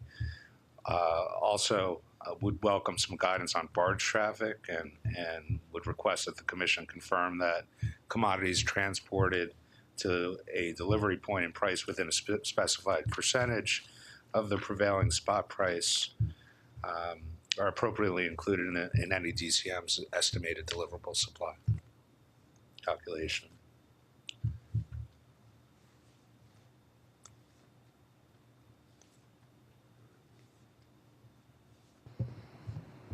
Go ahead, Ed. Ed Gallagher with National Milk Producers Federation. It seems that from the earlier discussion from Dave Lehman, that at least for the CME, that they've got a process in place already that does a pretty good job of going out finding information to use for deliverable supply. Maybe they're not going as far as some of us would like in some cases, but maybe they haven't done that because they haven't necessarily seen the need to do that. And so I guess as I look at it from an outsider looking in, what I'm impressed with the way commodity regulation seems to have worked so far is that there's this really strong public-private partnership between the CFTC and the exchanges to provide some kind of oversight of what's going on in the commodity in the derivatives industry. And I think that's a real strength that we need to lever. And so I think with the contacts that the exchanges have made, I know with my interactions with them at the CME, they have people that have gained a strong expertise in the dairy industry, and that they have the contacts, they know the people to reach out to have discussions with to determine what else should be included in deliverable supply. And I think a real opportunity here isn't necessarily recreating everything at the CFTC, obviously to create oversight and to encourage, but I think the CME has the expertise and the ability and the contacts to be able to go through and determine the deliverable supply, and I would encourage that process to continue.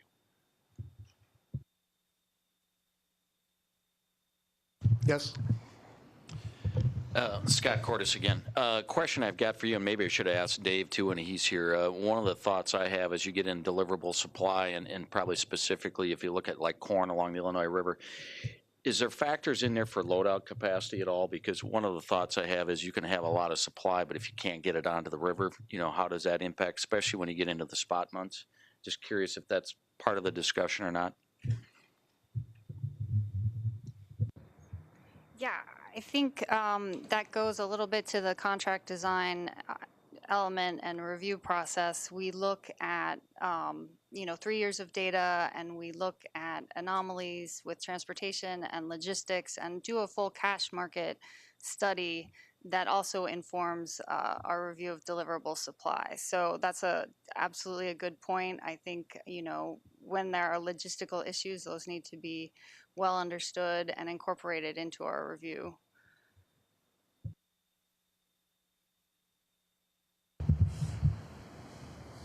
Yes, Scott, you know that there are minimum load-out requirements by the delivery houses.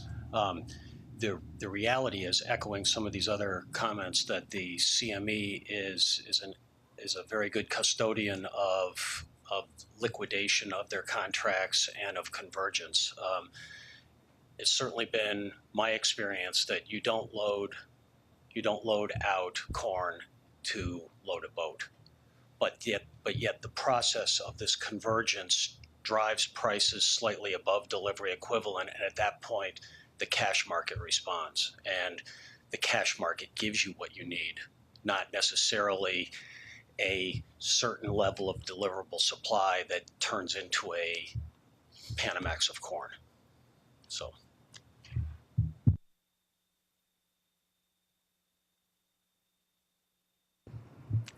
Yes, go ahead. Joe Cavanda, just to echo a little bit off of what Stephen was saying there, I think that creates a challenge, frankly, in measuring deliverable supply in physically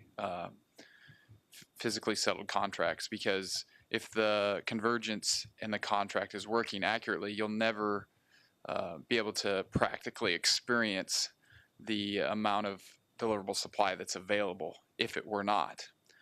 Now, in a cash settled contract, you're observing that every day, every expiration, because it goes into the quantification of the financial settlement. But I think it's prudent on the CFTC and the DCMs to continue to monitor that deliverable supply.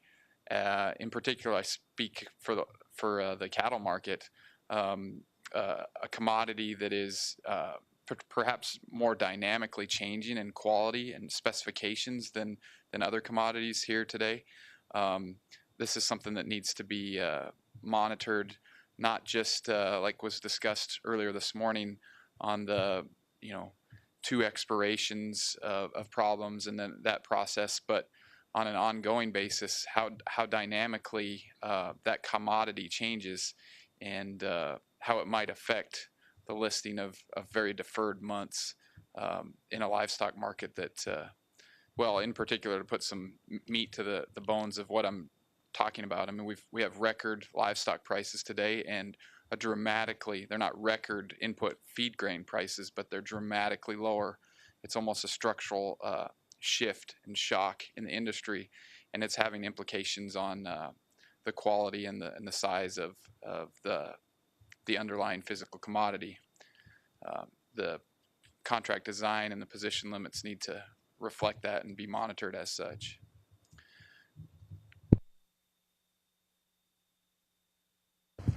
I have a question. The deliverable supply is used as a benchmark to set limits, exchange limits. However, from an ISDA point of view, the limits that are established in the proposed position limits rule are used to set limits across all the positions that a particular trader may hold, be it across exchanges or potentially in swaps. Could you shed any light or make any commentary or insight into how deliverable supply calculation might go into how a specific trader or firm may hold positions across categories of instruments and how it works in that context? So Brian, I think you're asking about our general approach. Yes, specifically. Okay, Or, yes, generally. Generally, okay. I'll deal with the general one first.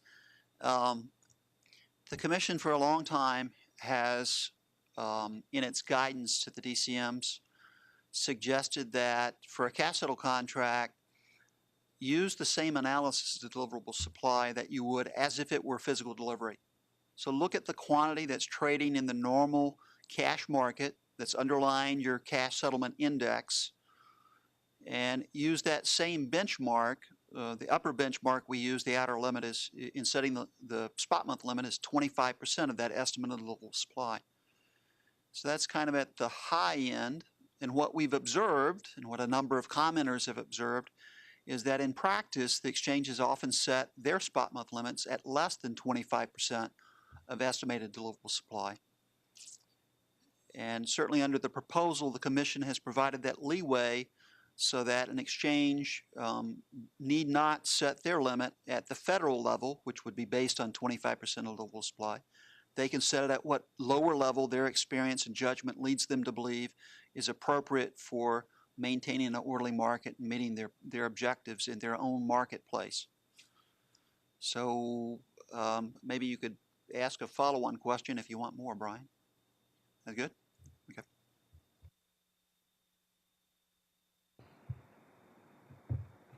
Let me just follow-up question on that. So there'll be a separate limit for financially settled instruments and a separate limit for physically settled instruments, or is there one limit combining both?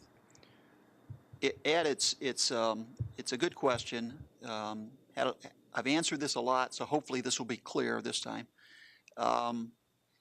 We have our federal limits, just like we do in the existing 9 agricultural, but those only apply to futures contracts. Under the proposal, the federal limits would apply to what we call referenced contracts. So whether it's a futures or a swap, if it has the same characteristics, we add them together for purposes of the federal limit. Outside of the spot month, in the non-spot limits, the Commission's proposal is to net everything together. So a long swap and a short future would be netted together outside of the spot month. Within the spot month, the Commission's proposal is to have 2 separate limits, one for physically delivered contracts and another for a cash settle contract. And a little bit of the motivation behind that is if I had a very large long position in a physical delivery futures contract and a short position in a cash settle contract, if I netted those in the spot month, I would have a 0 position. And yet I might be demanding, as a long futures position holder, more than could possibly be delivered. So that's the federal level. At the exchange level, where we have a federal limit, the exchanges would need to have a limit. And so in the current system, where the exchanges currently have a limit on a physical delivery contract or a cash settle contract, they would also continue to have those limits at a level no greater than the federal level. Follow-up. So currently then, there are no limits on swap transactions. right? The only limits the commission has on swap transactions were those that were a result of the 2008 Farm Bill on the significant price discovery contracts, right? And a number of those have been shifted from from swaps trading to futures. Okay. Right? And so in many cases, then we're going from really an infinite X on swaps to something less. I guess my question is, has there been convergence issues because there's been infinite X on swaps?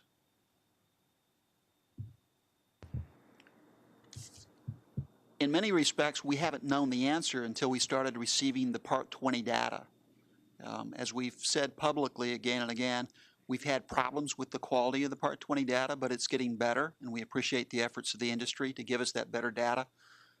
Now that we can get an insight day to day into that data, we can start to answer those questions. But literally, Ed, we haven't known about a trader's position in a cash settle contract that's a swap, unless we've gone out with a special call after we've seen some sort of price anomaly.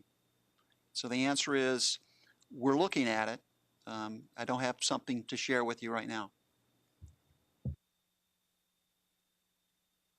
Scott?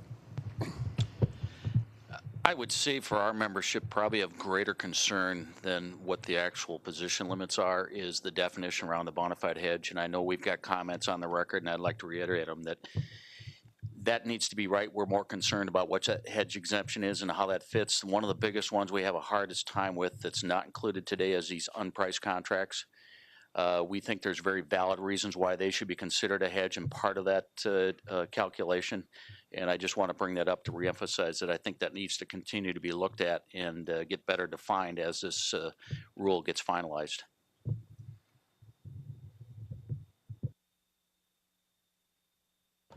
Do you want to say a little more to help us out?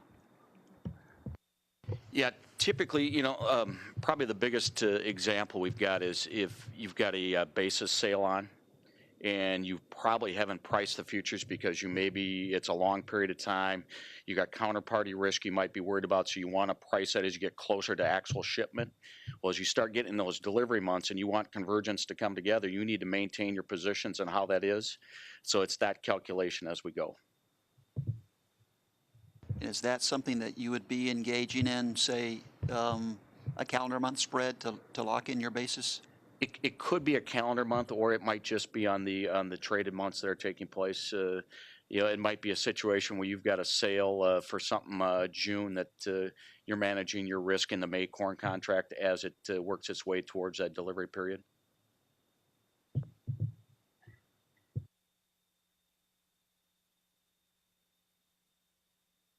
Yes, go ahead.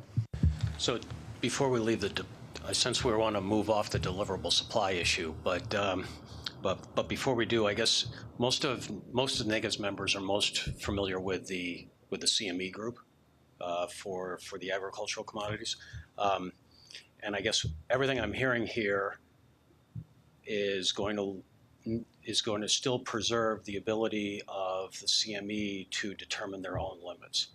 And I think initially when we saw that many of our members saw the 25% of deliverable supply, some members immediately projected in their head, oh my gosh, it's automatically going to go up limits, and in particular spot month limits, which we thought was really going to make the job of the market and the CME harder in determining or in creating convergence. So as long as your intentions are to preserve the CME's or the local exchanges' ability to have a lower limit that they deem that the market can handle and they're customary and can manage correctly, NAG is in support of a review of deliverable supply if it creates a potential higher federal limit that we know the exchange can self-manage. Right, that's correct. The Commission's proposal only sets a cap, an upper limit on what the exchange could set.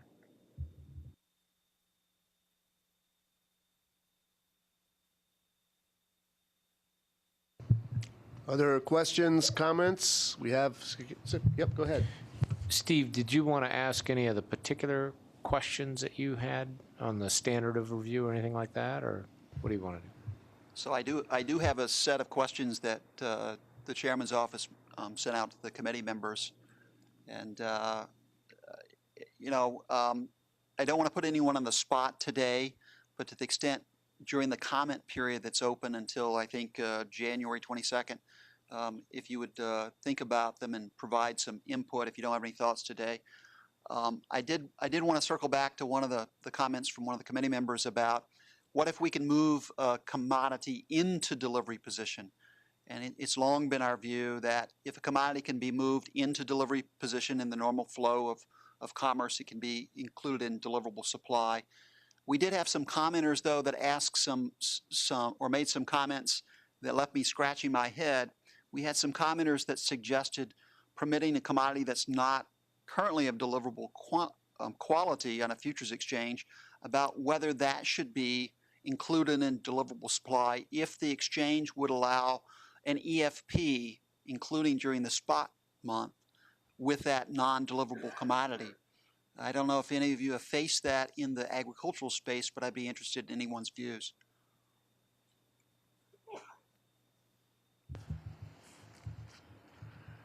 That I read that in your advance, and that does not seem logical at all. I'm not sure why the EFP was connected to that, but if the commodity is of not this correct specification to deliver, it should not be a part of deliverable supply. It's going to negatively affect convergence. I can't. Maybe someone else can enlighten me on how it may, but it just doesn't make logical sense to me.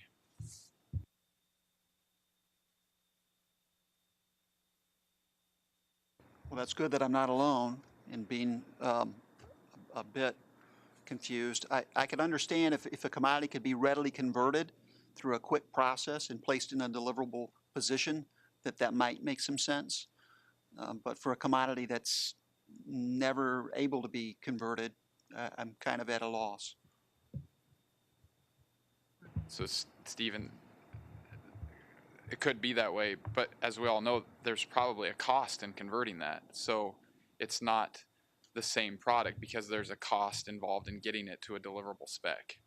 So it's going to create a wider potential basis for that to become a deliverable, a part of the deliverable supply. That's the way I would look at it. Well, we touched on a little earlier the issue of physical delivery versus cash settle contracts. And I think Brian asked the question about what's our approach, and our approach traditionally has been generally to use the same methodology for a cash settle contract as for a physical delivery contract. And I wondered if anyone had any thoughts about for a particular contract whether the deliverable supply estimate for setting a spot month limit is the reasonable approach to use.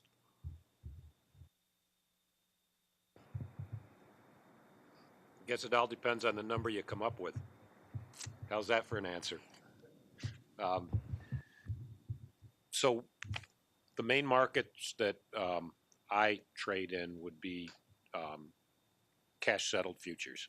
And the particular one that's open for this proceeding is Class 3, and it's a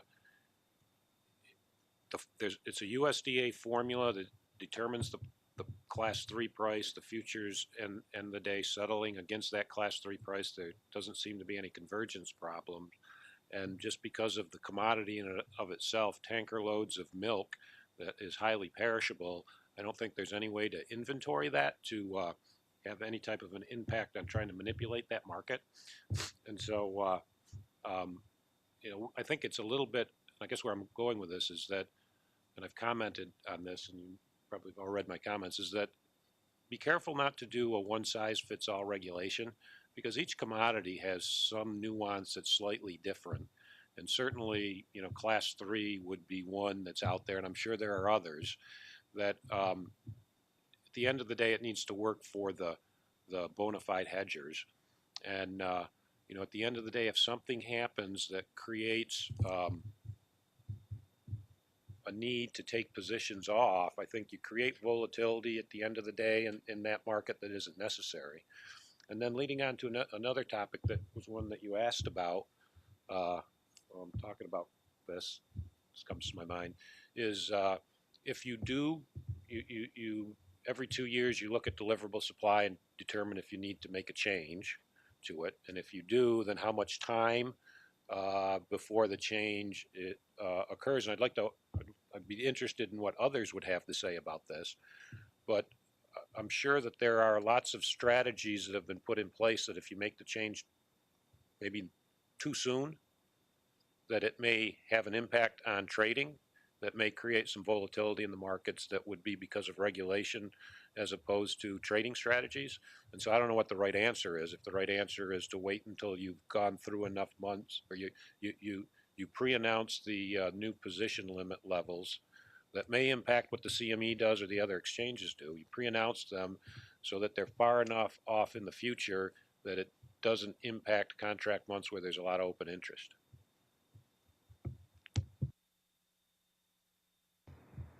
So, Ed, if I understand you right, when we look at the USDA price series that's Class 3 milk formula, that's underlying markets are cheese and whey and I never get it right, dry powdered milk, non-fat dry milk. I have my aid on the side.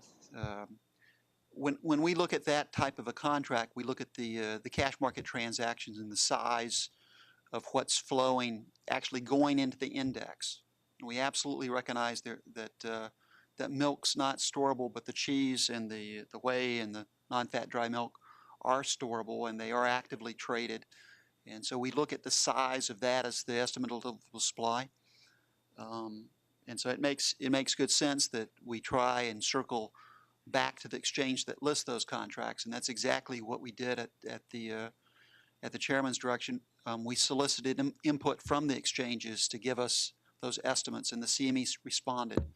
And for those in the wheat industry, Minneapolis, for example, said we don't need to update our estimate. The current spot month limit accurately reflects 25% of the estimate.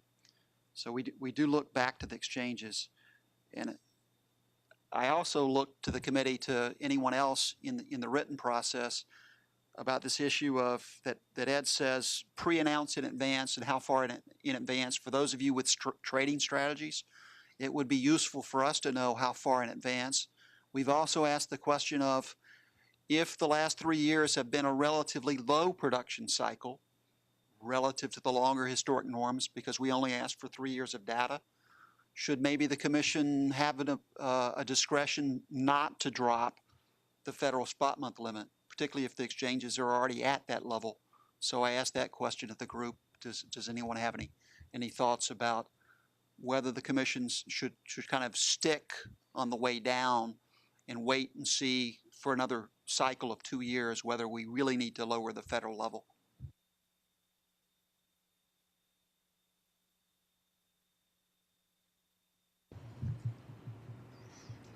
Any response to that? I think I might respond. And I think in many of the conversations, leading up to coming here today, I think that to the extent that you can allow the exchanges to evaluate their markets and the commodities and the contracts in conjunction with the industry and market participants, I think that's the place you want to be. I think that that as was testified to earlier today, they're watching these markets very regularly, as is the CFTC. I think that simply, going through a mechanical process of changing them every 3 years or is just because regularly to update it just because the supply and demand, may have gone up or down, isn't necessary regularly and routinely if the markets are working appropriately. I think that's what the first slides were placed up there to demonstrate is basis occurring, is convergence occurring, and if it's occurring, then that's a good sign that the markets are working appropriately. That doesn't mean you don't look at them, But I don't think that just that the limits need to be adjusted, every month or every contract month, three years out. I mean, I think that are the exchanges doing their job, or you're doing your job watching the exchange do their job, and I think if that's the case, then that's a good place to be.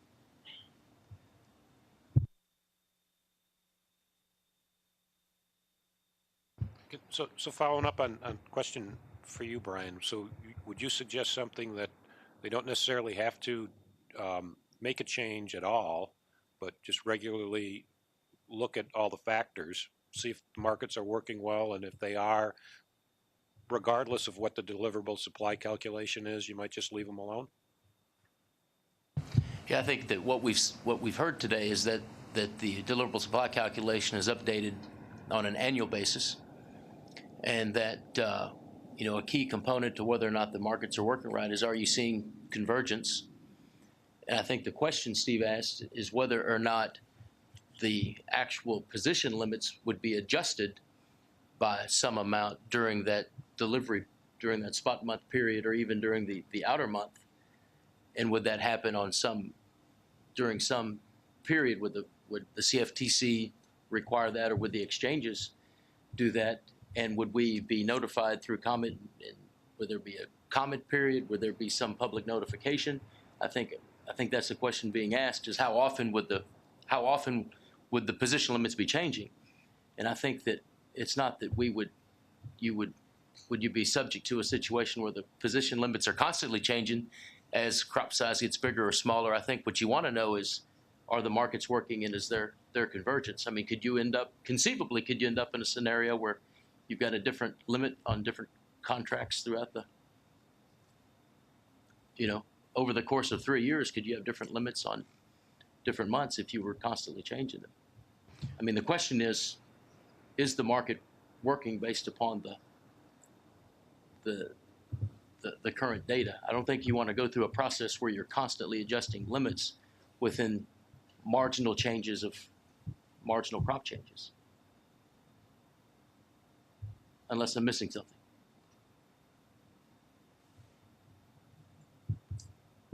Like, then, I guess by my question, maybe I'm suggesting maybe there's an alternative approach.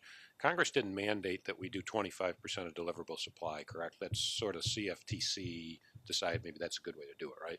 So we're not bound by something legally necessarily. So would it make sense then that to start the process, you use your formula, 25% of deliverable supply? Every 2 years, you look at deliverable supply, you go through all the analysis, maybe even a little bit more in depth than what Dave was explaining earlier. And then you look and see, has there been an issue? Do you foresee an issue? And if there hasn't been an issue, you don't necessarily change position limits, and you don't tie it that every 2 years it's a recalculation of 25% of deliverable supply. It's just the starting point, and then you adjust it as you need to if there's an issue. So I guess I go back to Brian's point, which is the ISDA comment letter about whether there would be an opportunity for notice and comment when the commission resets every 2 years. It's proposed basically just to have it on autopilot, if you will, that the commission would have limited discretion. It could set the levels of the limits for spot months at 25% of the estimable supply. And that's pretty much the default under the proposal. That would just be reset. So what I hear you saying is, maybe if there's a bad series of crops for a few years, just leave it where it is if convergence is working, and give the commission that discretion not to tighten down if there doesn't appear to be a problem. Is that fair? I think that's correct, yes. Can I just clarify? I wanted to remind you that it's not greater than 25% is the current commission guidance. So it's not necessarily an automatic 25% of deliverable supply. And kind of what I'm hearing Brian and Ed say kind of goes to our question about additional factors that the commission should consider when they're looking at the estimates of deliverable supply and coming up with a spot month speculative position limit. So draw your attention to that question.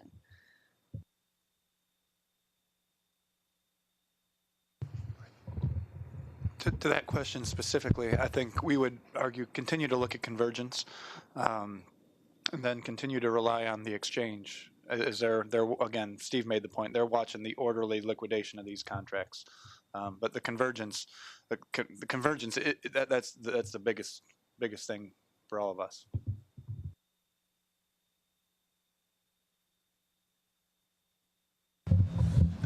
I want to echo what MJ is saying here. I'm John Anderson with American Farm Bureau. It's hard for me to overstate how serious convergence issues are to our members. When there are convergence problems, it's a serious problem. And I guess the one caution I might have is I'm sort of hearing, and maybe I'm misunderstanding, but I'm sort of hearing what sounds like a really backward-looking process to set these limits. And so I agree that monitoring convergence, which is a real-time concept, I think is really important to make sure that we don't get behind the curve and end up with a problem that that we're seeing too late.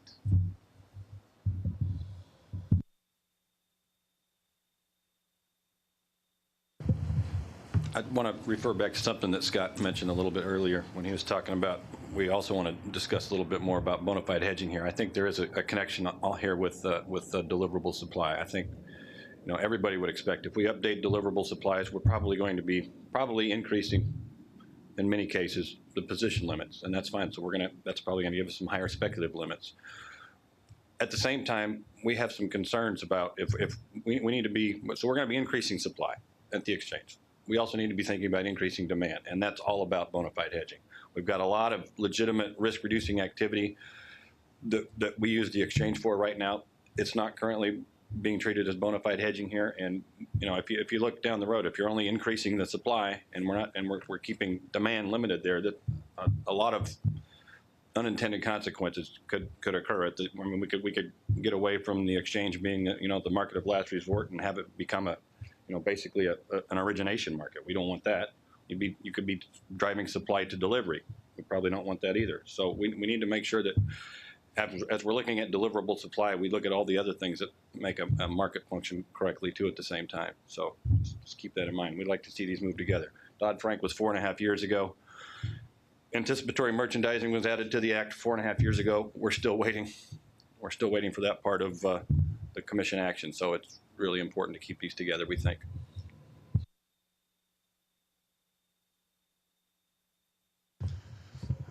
I'd just like to pile on to that too. The strictest interpretation, it could exclude a lot of commonly used transactions that our industry's taken every day to hedge risk. And that, in effect, allows us better pricing to producers, many of which are represented here by a lot of you. Further on to Lance's point, if we're limited by that, we may move more to cash markets and move away from futures markets. Commissioner Giancarlo mentioned in his opening comments the concept of that food security. The forward market has a lot of ability to send price signals to producers to grow the crop that returns the most. If you limit participation in the futures market, you may blur some of those signals to the producer of what he needs to be growing, which in turn can lead to a supply disruption down the road. So we really encourage to take a close look at that bona fide hedge, and we'll certainly submit more written comments as well.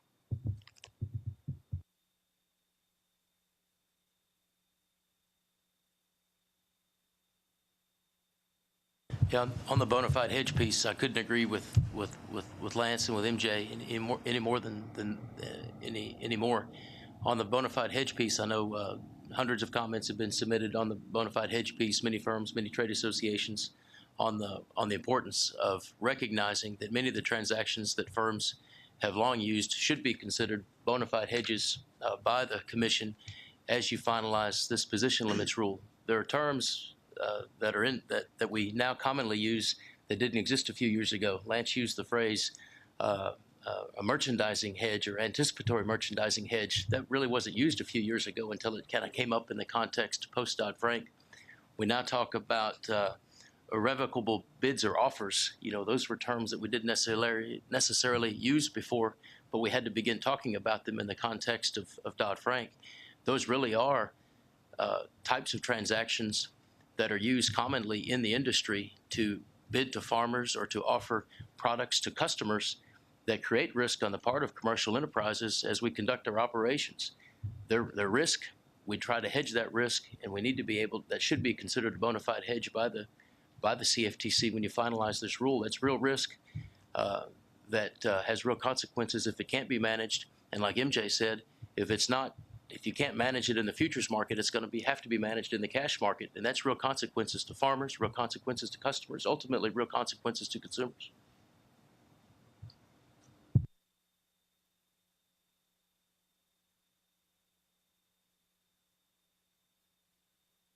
Any other questions or comments for Stephen or Krista? Steve, perhaps you could just remind those in the room the logic behind the 25% deliverable supply. Why that figure? Why not 30%? Why not 20%? What was the thinking behind that? Well, like most things in position limits, these things have been around since the 30s. And at the time when limits were initially adopted, I think they picked, if I remember the numbers right, 3 million bushels, which with a 5,000 bushel contract is 600 contracts. Sounds a lot like the spot month limit today in certain agricultural commodities. It turns out it's kind of a rule of thumb that's worked over the decades since the 30s. But the Commission has long articulated in its rulemakings that spot month limits and non-spot month limits, it's not an exact science. There's a range of what may be a reasonable position limit level. And the Commission has provided, back in the old days, we used to call it guideline number 1. It's now the Appendix C to Part 38. We provided that guidance to the exchanges on what would be kind of the outer bounds of making something big. So a spot month limit in when you deal, I don't know if you guys know this better than I probably, but I think 3 million bushels of wheat is probably about a 4-mile long train full of wheat. It's not a small amount. So we look at these amounts as guidance to the exchanges on where they should be on the top end.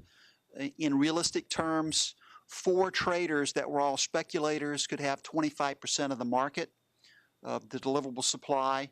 They would be at that spot month limit.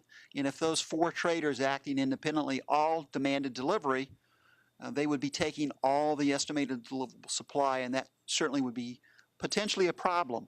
At that point, prior to that occurring, both the exchange surveillance staff and the CFTC surveillance staff would be on the phones behind the scenes with those traders, asking about their intentions, asking about what they intend to do with that commodity if they do take delivery. Because as we've said before, just because someone is below a spot month speculative position limit does not make that a defense against a charge of attempting to manipulate or corner the market. So that's a little bit of the flavor of how we use these as guidance to the exchanges, and how in the Commission's proposal we've used these formulas to set kind of the upper bounds for the federal limits, with leeway for the exchanges to set tighter levels. And do we have any current analysis that these levels originally established in the 1930s are still valid for contemporary markets? So, I think that's a good question. I think the proof of what's a good level is looking at the current exchanges where they set their spot month limits. And the current exchange spot month limits outside of the federal limits generally are set at levels much lower than 25%. Some of them are quite tight. As Greg mentioned earlier, the process for an exchange to change a rule is simply to submit it, we review it, and so if the exchanges were wanting to increase those levels other than the 9 federal limits, they certainly could do that at any time. And the fact that they haven't is some evidence that the exchanges believe those are appropriate levels. Just lastly, Steve, when we then review those, what methodology do we use to review those limits? Similar to the process we used in Table 12 in the reproposal, we will look at the size of the traders in the marketplace. Historically, we've looked at the size of the traders to see whether traders are extraordinarily large relative to other traders. The surveillance department in the Division of Market Oversight is in fairly regular contact with the very largest traders to have an understanding of what's the purpose of their positions, whether they're hedging fixed price sales contracts, fixed price purchase contracts, or whether they're simply engaged in speculation. If those large traders appear to be kind of clustered together, historically we've looked at that and said no one of those large speculative traders looks extraordinarily large relative to the others.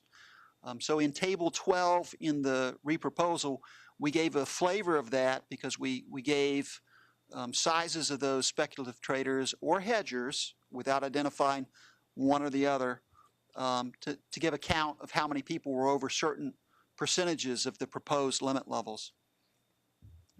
Thank you. I've got another position limit issue that is embedded in the embedded volumetric optionality issue. And I appreciate the CFTC's coming out with a new proposed rule helping to clarify the 7 steps. Speak up still, sorry. So I appreciate the, oh, that is better, isn't it?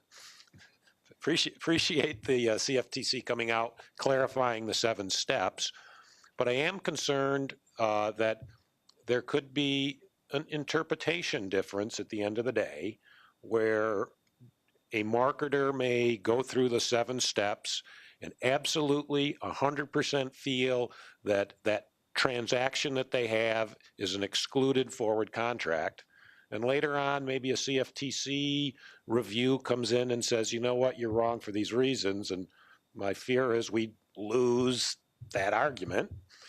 And if we had, we frequently will, we've had a lot of growth in our forward contracting business with dairy farmers understanding that the risk in the marketplace is so great that they absolutely have to find ways to forward price their product in order to make sure they'll make a profit and stay in business.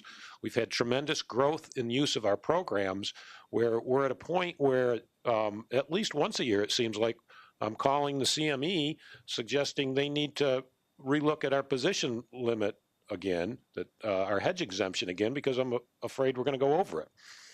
And so if we're in a situation like that, and for whatever reason, what we thought was an excluded forward contract was actually an agricultural trade option, and somehow that then got added into our position limit, we would, our members, we'd have to stop doing stuff for our members that would economically harm them.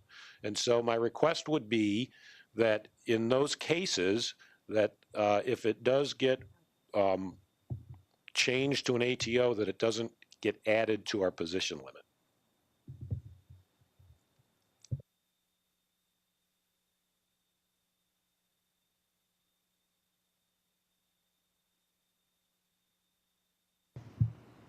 Any other discussion? Yes, go ahead. There was a question in the advance packet about the estimation of supply committed to long-term contracts and how you've relied on confidential business information. I wondered if you could give us an example of that idea there and how it impacts the measurement of deliverable supply. So the guidance the Commission has provided, the baseline is if something's subject to long-term contract, it's out of the estimate, unless the exchange can provide evidence that the people that are on the long side of the cash transaction regularly make that available to the shorts in the derivative markets, or would make it available at a fair value. Those are the discussions that the exchange would have in the first instance with the commercials in the cash market.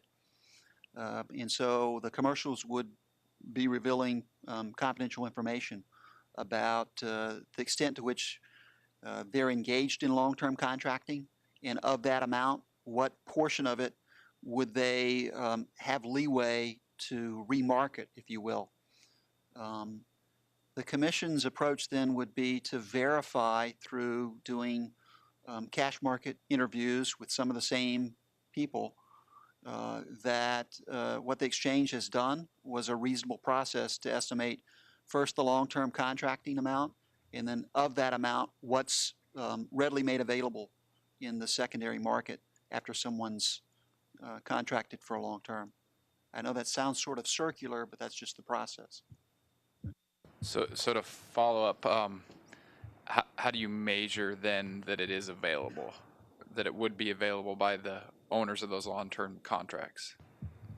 Right. So that's simply a representation that the person on the purchasing side of the long-term contract has made back to the exchange or back to the Commission staff that are verifying the exchange's estimate.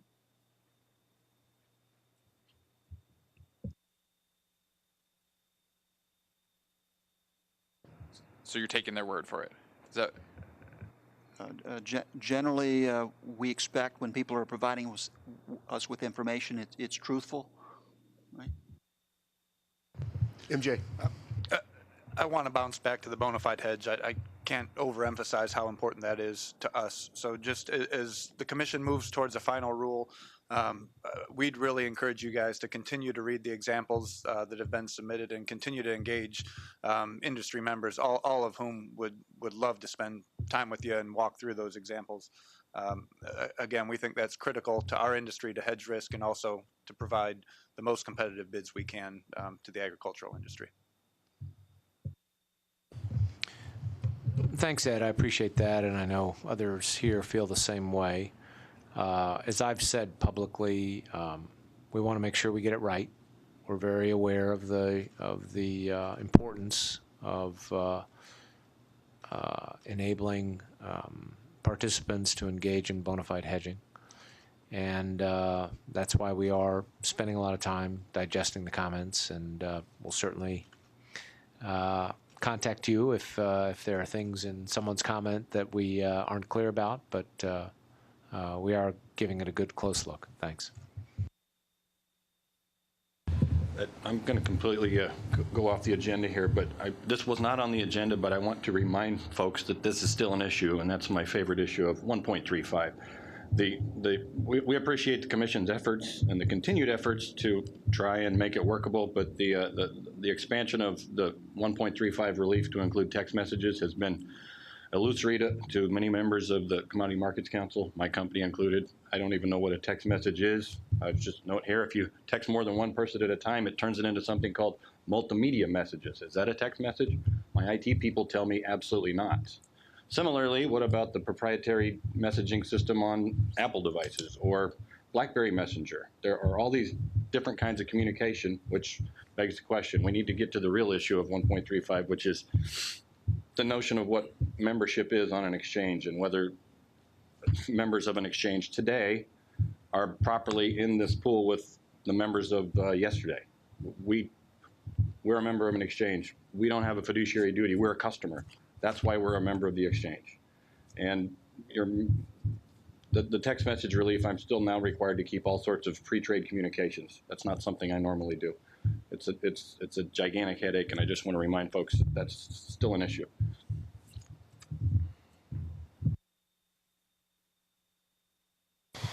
Okay, thank you, Stephen and Krista. Appreciate your time. What we want to do now is move toward looking forward just a little bit. I think the idea going forward is that we would try to meet about every 6 months, so that would make a meeting sometime early or maybe even midsummer for our next meeting time. And what would be useful is to get some ideas about topics that we should be investigating and discussing at our next meeting, and maybe at the same time either panel members or presenters that you would like to see giving you some guidance or some input or some insight that would help lead your discussion going forward. So let me just throw it open and see if we have suggestions for the kinds of things we should pursue for our next meeting?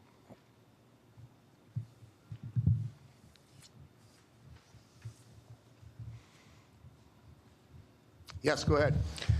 So there wasn't a presentation here on what is a bona fide hedge or points that are currently being debated by the commissioners. So I would suggest the bona fide hedge question needs further venting within this realm of this group with a presentation and a bit more time to dress out the issues.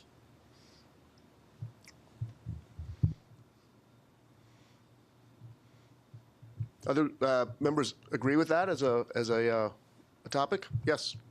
MJ does? Okay, good.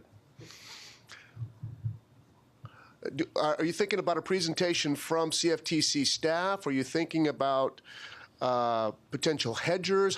Who would be most useful? So I know some of the written comments that NEGA and NGFA presented, and I guess maybe I'm not exactly clear where those are in the commission's minds, and are maybe some of the concerns that we are unknown the decision on. Really, the commission has put to rest that they will be considered a bona fide hedge, and or maybe they're still up for debate.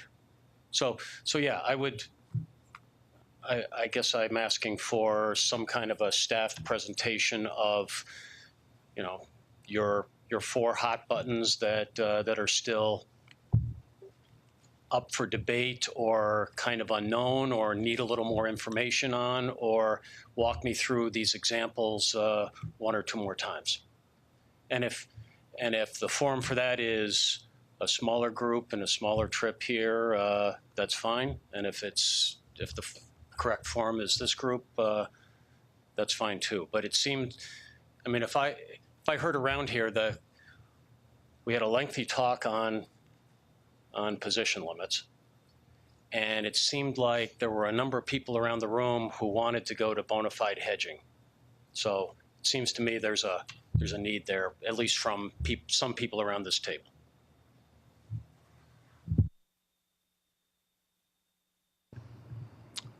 Other suggestions?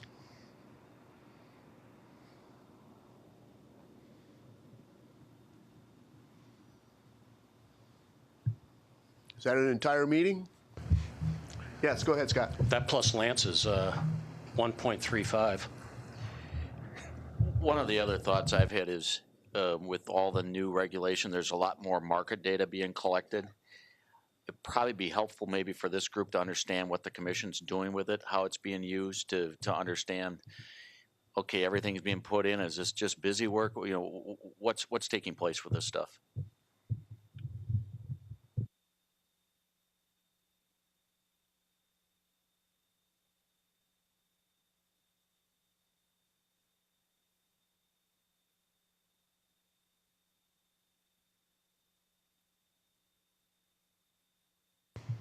Lance, do you think the 1.35 6 months from now is a point we should be taking up again? God, I hope not. Sadly, alas, probably so, yes. Any other suggestions? Go ahead. Let me just say, this isn't your last opportunity. I'm sure we'll be in touch with people as we get into next year in the spring and start looking at potential dates for the meeting. We'll certainly be reaching out to you and getting your input then on what we should be talking about. Yeah. We have a couple of minutes left still, and so I didn't know if there were specific bona fide hedging questions anybody would still like to ask today. We'll certainly put that down as a topic for the later meeting. There were several asked. I didn't know if that was. Well, should we get specific? My comment was going to be we could probably spend 4 hours this afternoon going through them, so I don't know if it's the best use of 5 minutes here. Oh, okay.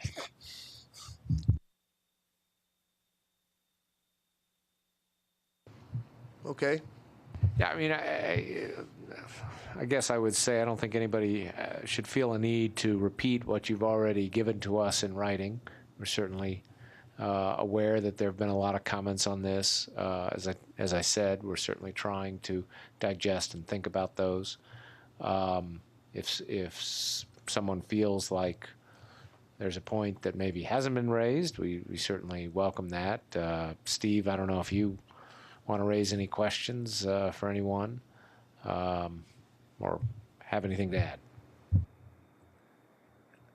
You know, I wasn't able to attend the staff roundtable this summer, but the most relevant person did attend.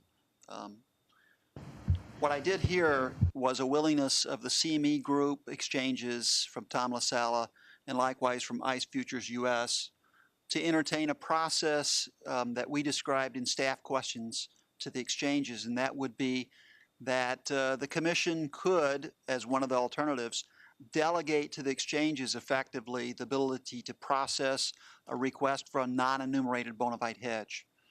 The exchanges would then process that, decide whether to grant it, and then provide to the commission a summary of those non-enumerated bona fide hedges granted at the exchange level. So I refer you back to the transcript in the webcast that's on our website for that discussion. I think Tom LaSala was pretty clear in discussing that, and that would be one way forward to address numerous non-enumerated exemptions that could be granted by the exchanges subject to commission review. Any thoughts? Yeah, Steve, Steve, I'm glad you raised that. I won't try to go through the list because I would miss some, but I do know, having reviewed many of the comments, that numerous organizations in their comment letter spoke about modifying from the Commission's proposed rule into allowing some sort of a process to allow enumerated hedges along the lines of an exchange process to allow enumerated hedges. I think going through the Commission, going through a public notice and comment, you know, candidly, I think that's too burdensome, too onerous, but I think allowing in a final rule, whenever that's done, a commission process to allow enumerated hedges, I think would be a streamlined process that could be a step in the right direction. I think we are sorry that you weren't here back in June for the roundtable. I think to think about things that maybe haven't been said, I think it's easy to look at many of the examples that have been submitted by companies, by firms, by trade associations, and they're often provided to you in a one-off instance. They say, here's an irrevocable bidder offer. Here's a merchandising hedge. Here's an example of a specific hedge, and it ought to be considered bona fide. And I think that as a standalone example, to us, it's correct. It ought to be considered bona fide. But I think what's often maybe not included or talked about is they're not one-off instances. Business is done in a continuum, meaning you buy something, in our case, a farmer, and it goes all the way through an ultimate customer. So all of those examples that are used are part of one continuous flow of business. You might use a irrevocable bidder offer to acquire something from a farmer, an irrevocable offer to sell something to a customer, a merchandising hedge to manage it, to manage your inventory, a processing hedge to manage it, and you might have a firm basis contract or a firm contract in there that would meet kind of your letter test that you're looking at today. But during that entire process, there's all manner of things that are happening around the world. Russia invades Ukraine, Argentina freezes you out. There's weather here, there's weather there, all of these risks that affect all of that. So I think that's a large portion of the reason why so many of these types of examples we use are being looked at by commercial entities as ought to be considered bona fide, because while trying to engage in the business we're engaged in on a regular business, we're trying to manage the risks in the external world, and why we look at them as bona fide and believe that you should too.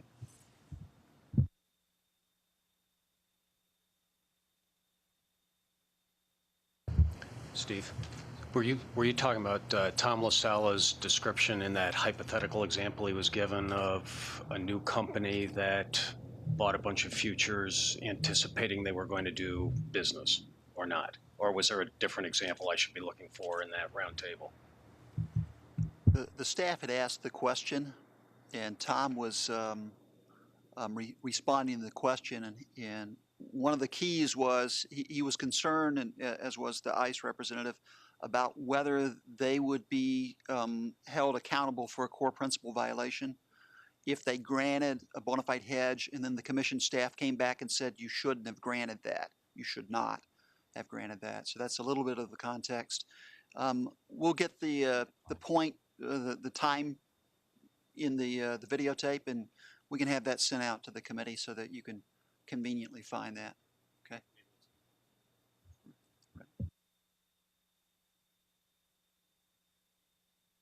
I'd just like to follow up on what Brian said. You know, there are a lot more risks that we think there than just price risk. And in addition to price risk is always not just fixed price risk either.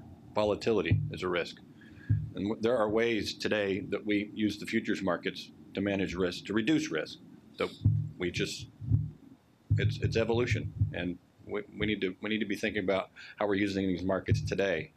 And, you know, let's look at what Congress did. You know, Congress has added the words anticipatory merchandising to the act, which we're still waiting for the rules on. But that's an extreme broadening of where we were before that. So, you know, I just can't overemphasize. We need to be thinking broadly about what bona fide hedging is, because we manage a lot of different kinds of risks beyond price risk, and it's not always fixed price risk either.